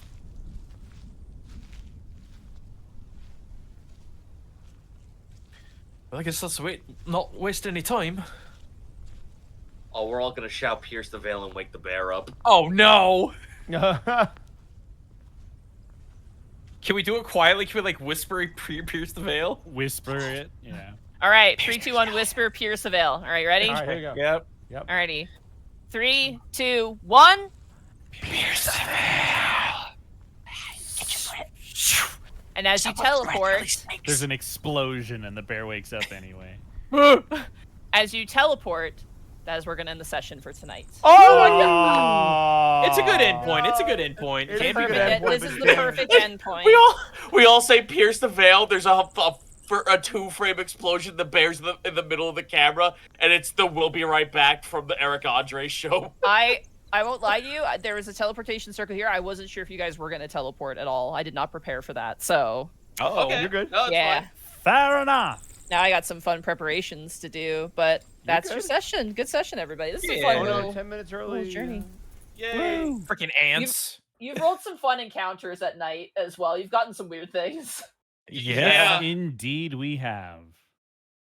Ants. Ants. Ants. Everybody. Ant-Man. So can I add that as an official location? Like, can I etch it in? And... Yes, that is a place you can teleport to now permanently. You're welcome. Hooray. I'll put it as the Voss destroyed Mage Vault. Allegedly. No, it's definitely. All right. Well, it's earlier than normal, but I guess let's go back around the horn and. It's not really. We're introduce only ourselves. 10 minutes early. Yeah, to it's only end. 10 minutes. Yeah. It's not a This big is deal. crazy how Yeah, we're early technically we are. ending on time. I don't believe it. Gajjun, why Which don't is- you just identify yourself? I am a white male, Whoa! married. What, Mark? And if people want more white male action, where can they find you? Not here. Y'all know what I'm doing, what I'm about. I've already talked about it. However, I would like to invite everybody to please come back right here on the Unexpectables this upcoming Saturday, 8 p.m. US Central for more Fool's Gelt. Where me, Nazgul's gonna be meeting up with me, you me boys, and we're gonna crump some geets, eh? Give me some more, chat. What? Zeno. It's not Saturday. I can't put my whole. No. You can't put your whole You're ass what? into it? You're what, Zito? Your whole No, what? no. What were you gonna say? I'm not gonna let the demons win.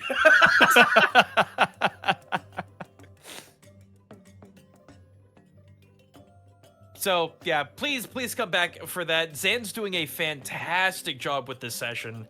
It's been really, really great. I've not been able to really loot anything yet, which makes my orky heart sad, but we will get there. We're working up to it. Yeah. Okay, it's me. Y'all know. Everybody knows what I am and what I'm about and where to find me. It's fine. Yeah, you're a white male. So, Mark Allen Jr., where can they find you and what are you up to? Oh, thank you for not asking me to identify myself. No, You can I find don't me wanna get into on that Blue can of Sky worms. at Mark Allen Jr. here on Twitch at Aeon Protect Gaming, where hopefully Sunday I will be doing my 3-hour music challenge stream. I just need to find the power cable to my keyboard. It's a long and silly story, but understand I'm trying. However, if I can't, maybe we'll do another Slay the Spire 2 stream. Who knows? I'm going to be really busy all day tomorrow. I have what appears to be a 16+ hour day ahead of me. So if you're trying to like find information or whatever, I may be slim on my posting tomorrow. There is still weather happening. There may still be weather happening tomorrow, especially in like the Florida Panhandle area. So if you're relying on me to get your notifications, please also have other sources because I will probably be unavailable tomorrow. That said, yeah, be safe, everybody. I will see you on Tuesday, at least, for Vecna Eva Ruin over on twitch.tv/Distortion Devil, where things are happening. People are making decisions. That's all I'll say. Go check it out. It's also up on YouTube at Devils and Dice Rolls. But I'll let Connor tell you more about that. That's me. I'm done. Sorry, I'm tired. Zeno! Oh, hi. You can find me over at twitch.tv/Zeno, where Bargain Barrel still continues. I'm going to try and play as many video games as I can before the middle of the month starts rolling around, because that's when more games will show up, but I have a lot of commissions I still have to finish. I thank everyone for their patience, for dealing with me for like the last 2 weeks. I kind of needed a break because I worked for 2 months in a row to get money for my cat. So I kind of like needed a break and not burn myself out on drawing, but I assure you I am getting back into the swing of things when it comes to art. I promise you, commissions that you have asked of me will be done. Beyond that, I have Bargain Barrel Show Part 2, maybe a Part 3, but who knows.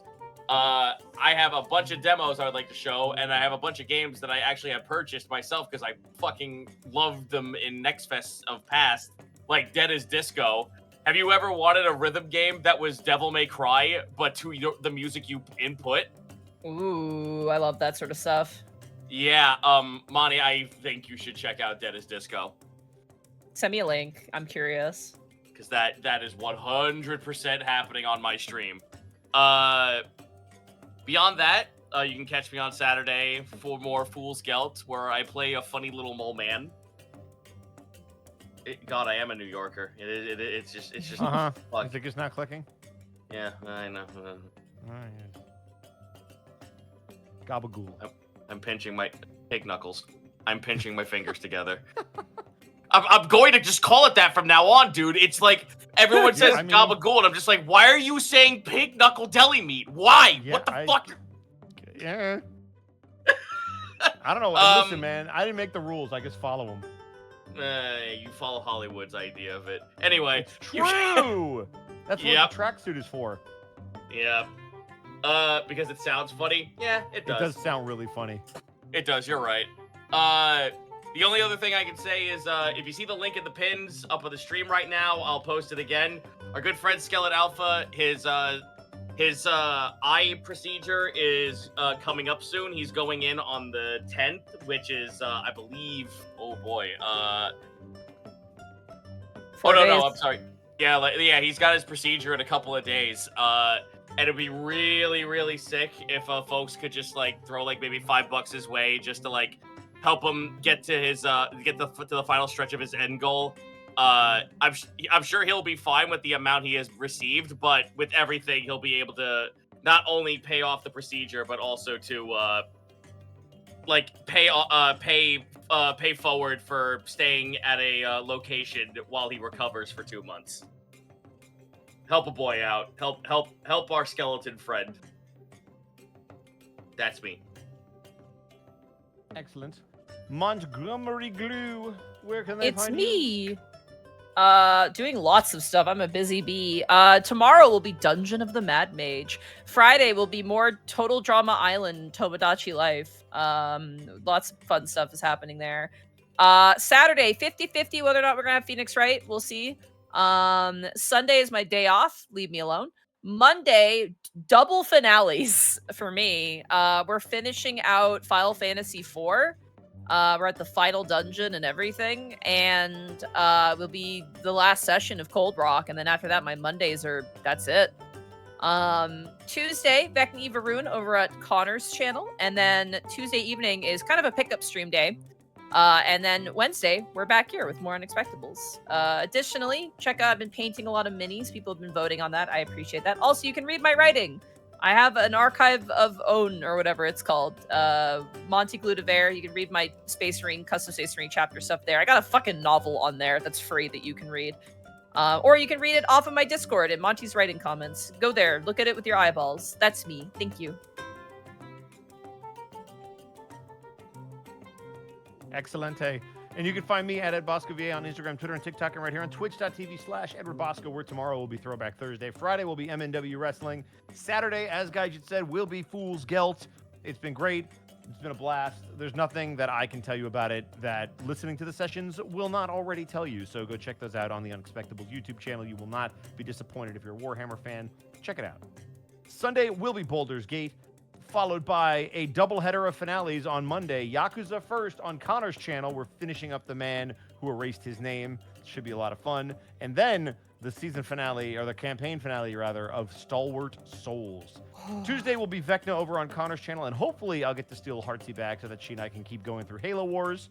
And then Wednesday I'll be back here for more Unexpectables, which should be great. And last but certainly not least, we have Distortion Devil.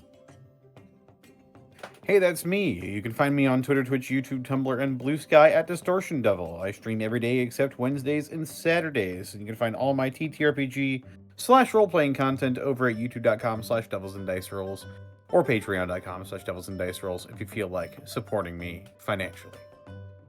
And that's all I got, really. This episode of The Unexpectables was brought to you in part by Die Hard Dice. Die Hard Dice! That's right, Die Hard Dice. It's your one-stop shop for dice and dice accessories, and if you head on over to dieharddice.com, you can use the code Unexpectables, and you can save 10% when you shop online. And we also couldn't do this week in, week out without bits and subs from viewers like you. We left off with Kill Hall. You got the power to be his friend. Kill Hall 21, thank you for the 100 bits. Connor, remember the newts from Lenny's game? From Lenny's game? Where you were Wolfgang? Yes, Lenny's famous game. And you met the newts being described as minions? Yeah, to a red dragon. Curios. Newt. Strong Brush, thank you for the 100 bits. Episode title, That's How You Get Ants. That's good. That is very good. That's kind of great. Mikampachi, thank you for the 100 bits. Also, I haven't seen your Tomodachi live streams yet, Monty, but have you made the party? And are Milo, Iskin, and Kai in a love triangle? I do not add D&D characters. I'm sorry. No. I'm sorry. It's a place for news stories. I apologize, but you can learn about how Titus from the Ultramarines chapter is falling in love with a fucking frog. Incredible stuff. And also, truly. Chat is in love with Cooking Mama, and Cookie Mama does not like Chat, which is very funny. Damn. Rejected. Well, it's like they're head over heels, but Mama has no idea they're in love with her, and so she doesn't know. It's very funny. Very Gotta get on that, Chat. Remixer, thank you for the year of subbing. 1 whole year of subbing. Let's hope to more in the future. Yeah. Raw Sodium, thank you for the 100 bits. Literally hearing all these strays about Quebec right after my wife and I tossed around the idea of a trip up there. Maybe this is a No, you sign should go. that we shouldn't. No, you should. you you should. absolutely Quebec should. is a nice. Escape we're memeing. Quebec.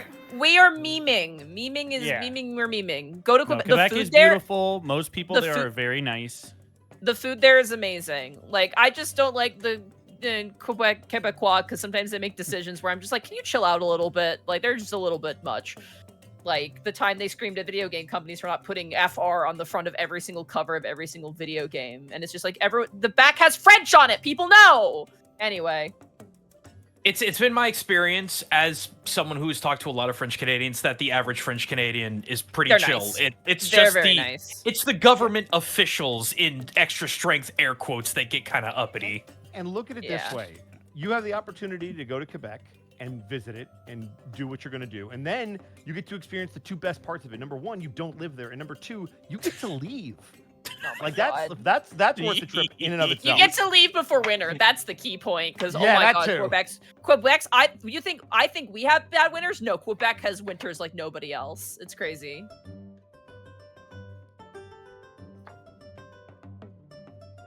Indeed.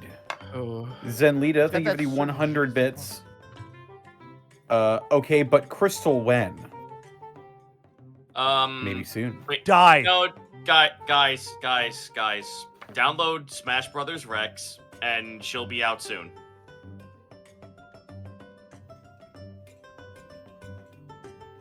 It's true. Remixer, thank you again for the 100 bits. Glad to be back live since I was last here. Gaius was meeting his parents. Oh, wow. Oh, wow. That feels like it was a long time ago now. And an additional 100 bits from Remixer. I did miss half the stream, so I'll see you in the VOD. See you in the VOD. Morth Randor for the 100 bits. New barrel roll, Bosco.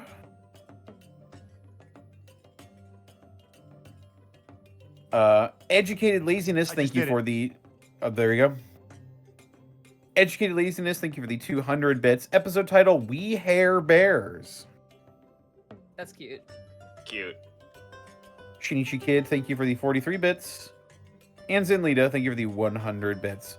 A rabbit man dedicated to freedom and wandering. Is his mom a floating television?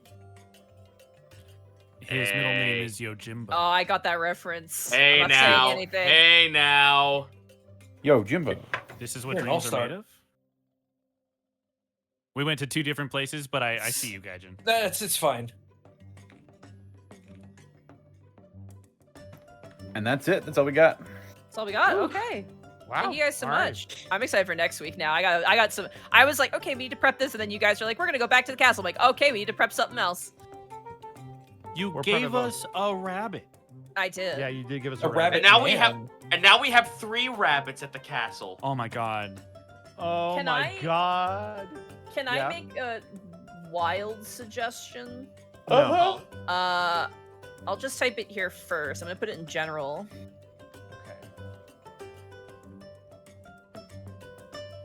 Wild suggestion. I'm a wild pig. Zeno, please. I'm gonna let you hang on that, but I know No. I know exactly what you're doing, but I'm gonna let you hang on that because yeah. I'm Wait, are fast. they live right Yeah. now? They're Ooh. live. They had their debut Yes. today. Oh, yeah, that'd be Yeah. great. Yeah. I talked to her earlier today, and she didn't tell me that. Yeah, well, don't spoil anything. They are awesome. Yeah. Amber Lee just had their VTuber debut today. Their first stream as their VTuber. So I thought maybe we would raid them to celebrate because they're really, really nice. Let's do it. Yeah. Very, very sweet. Good Hell people. yeah. And we saw a bear today, so it's like thematic, There really. you go. Wait, are they a bear? Yeah, they're a bear. They're Amber Lee perfect. VTuber. That's their name. Amberly. Haha. Yeah, it's cute.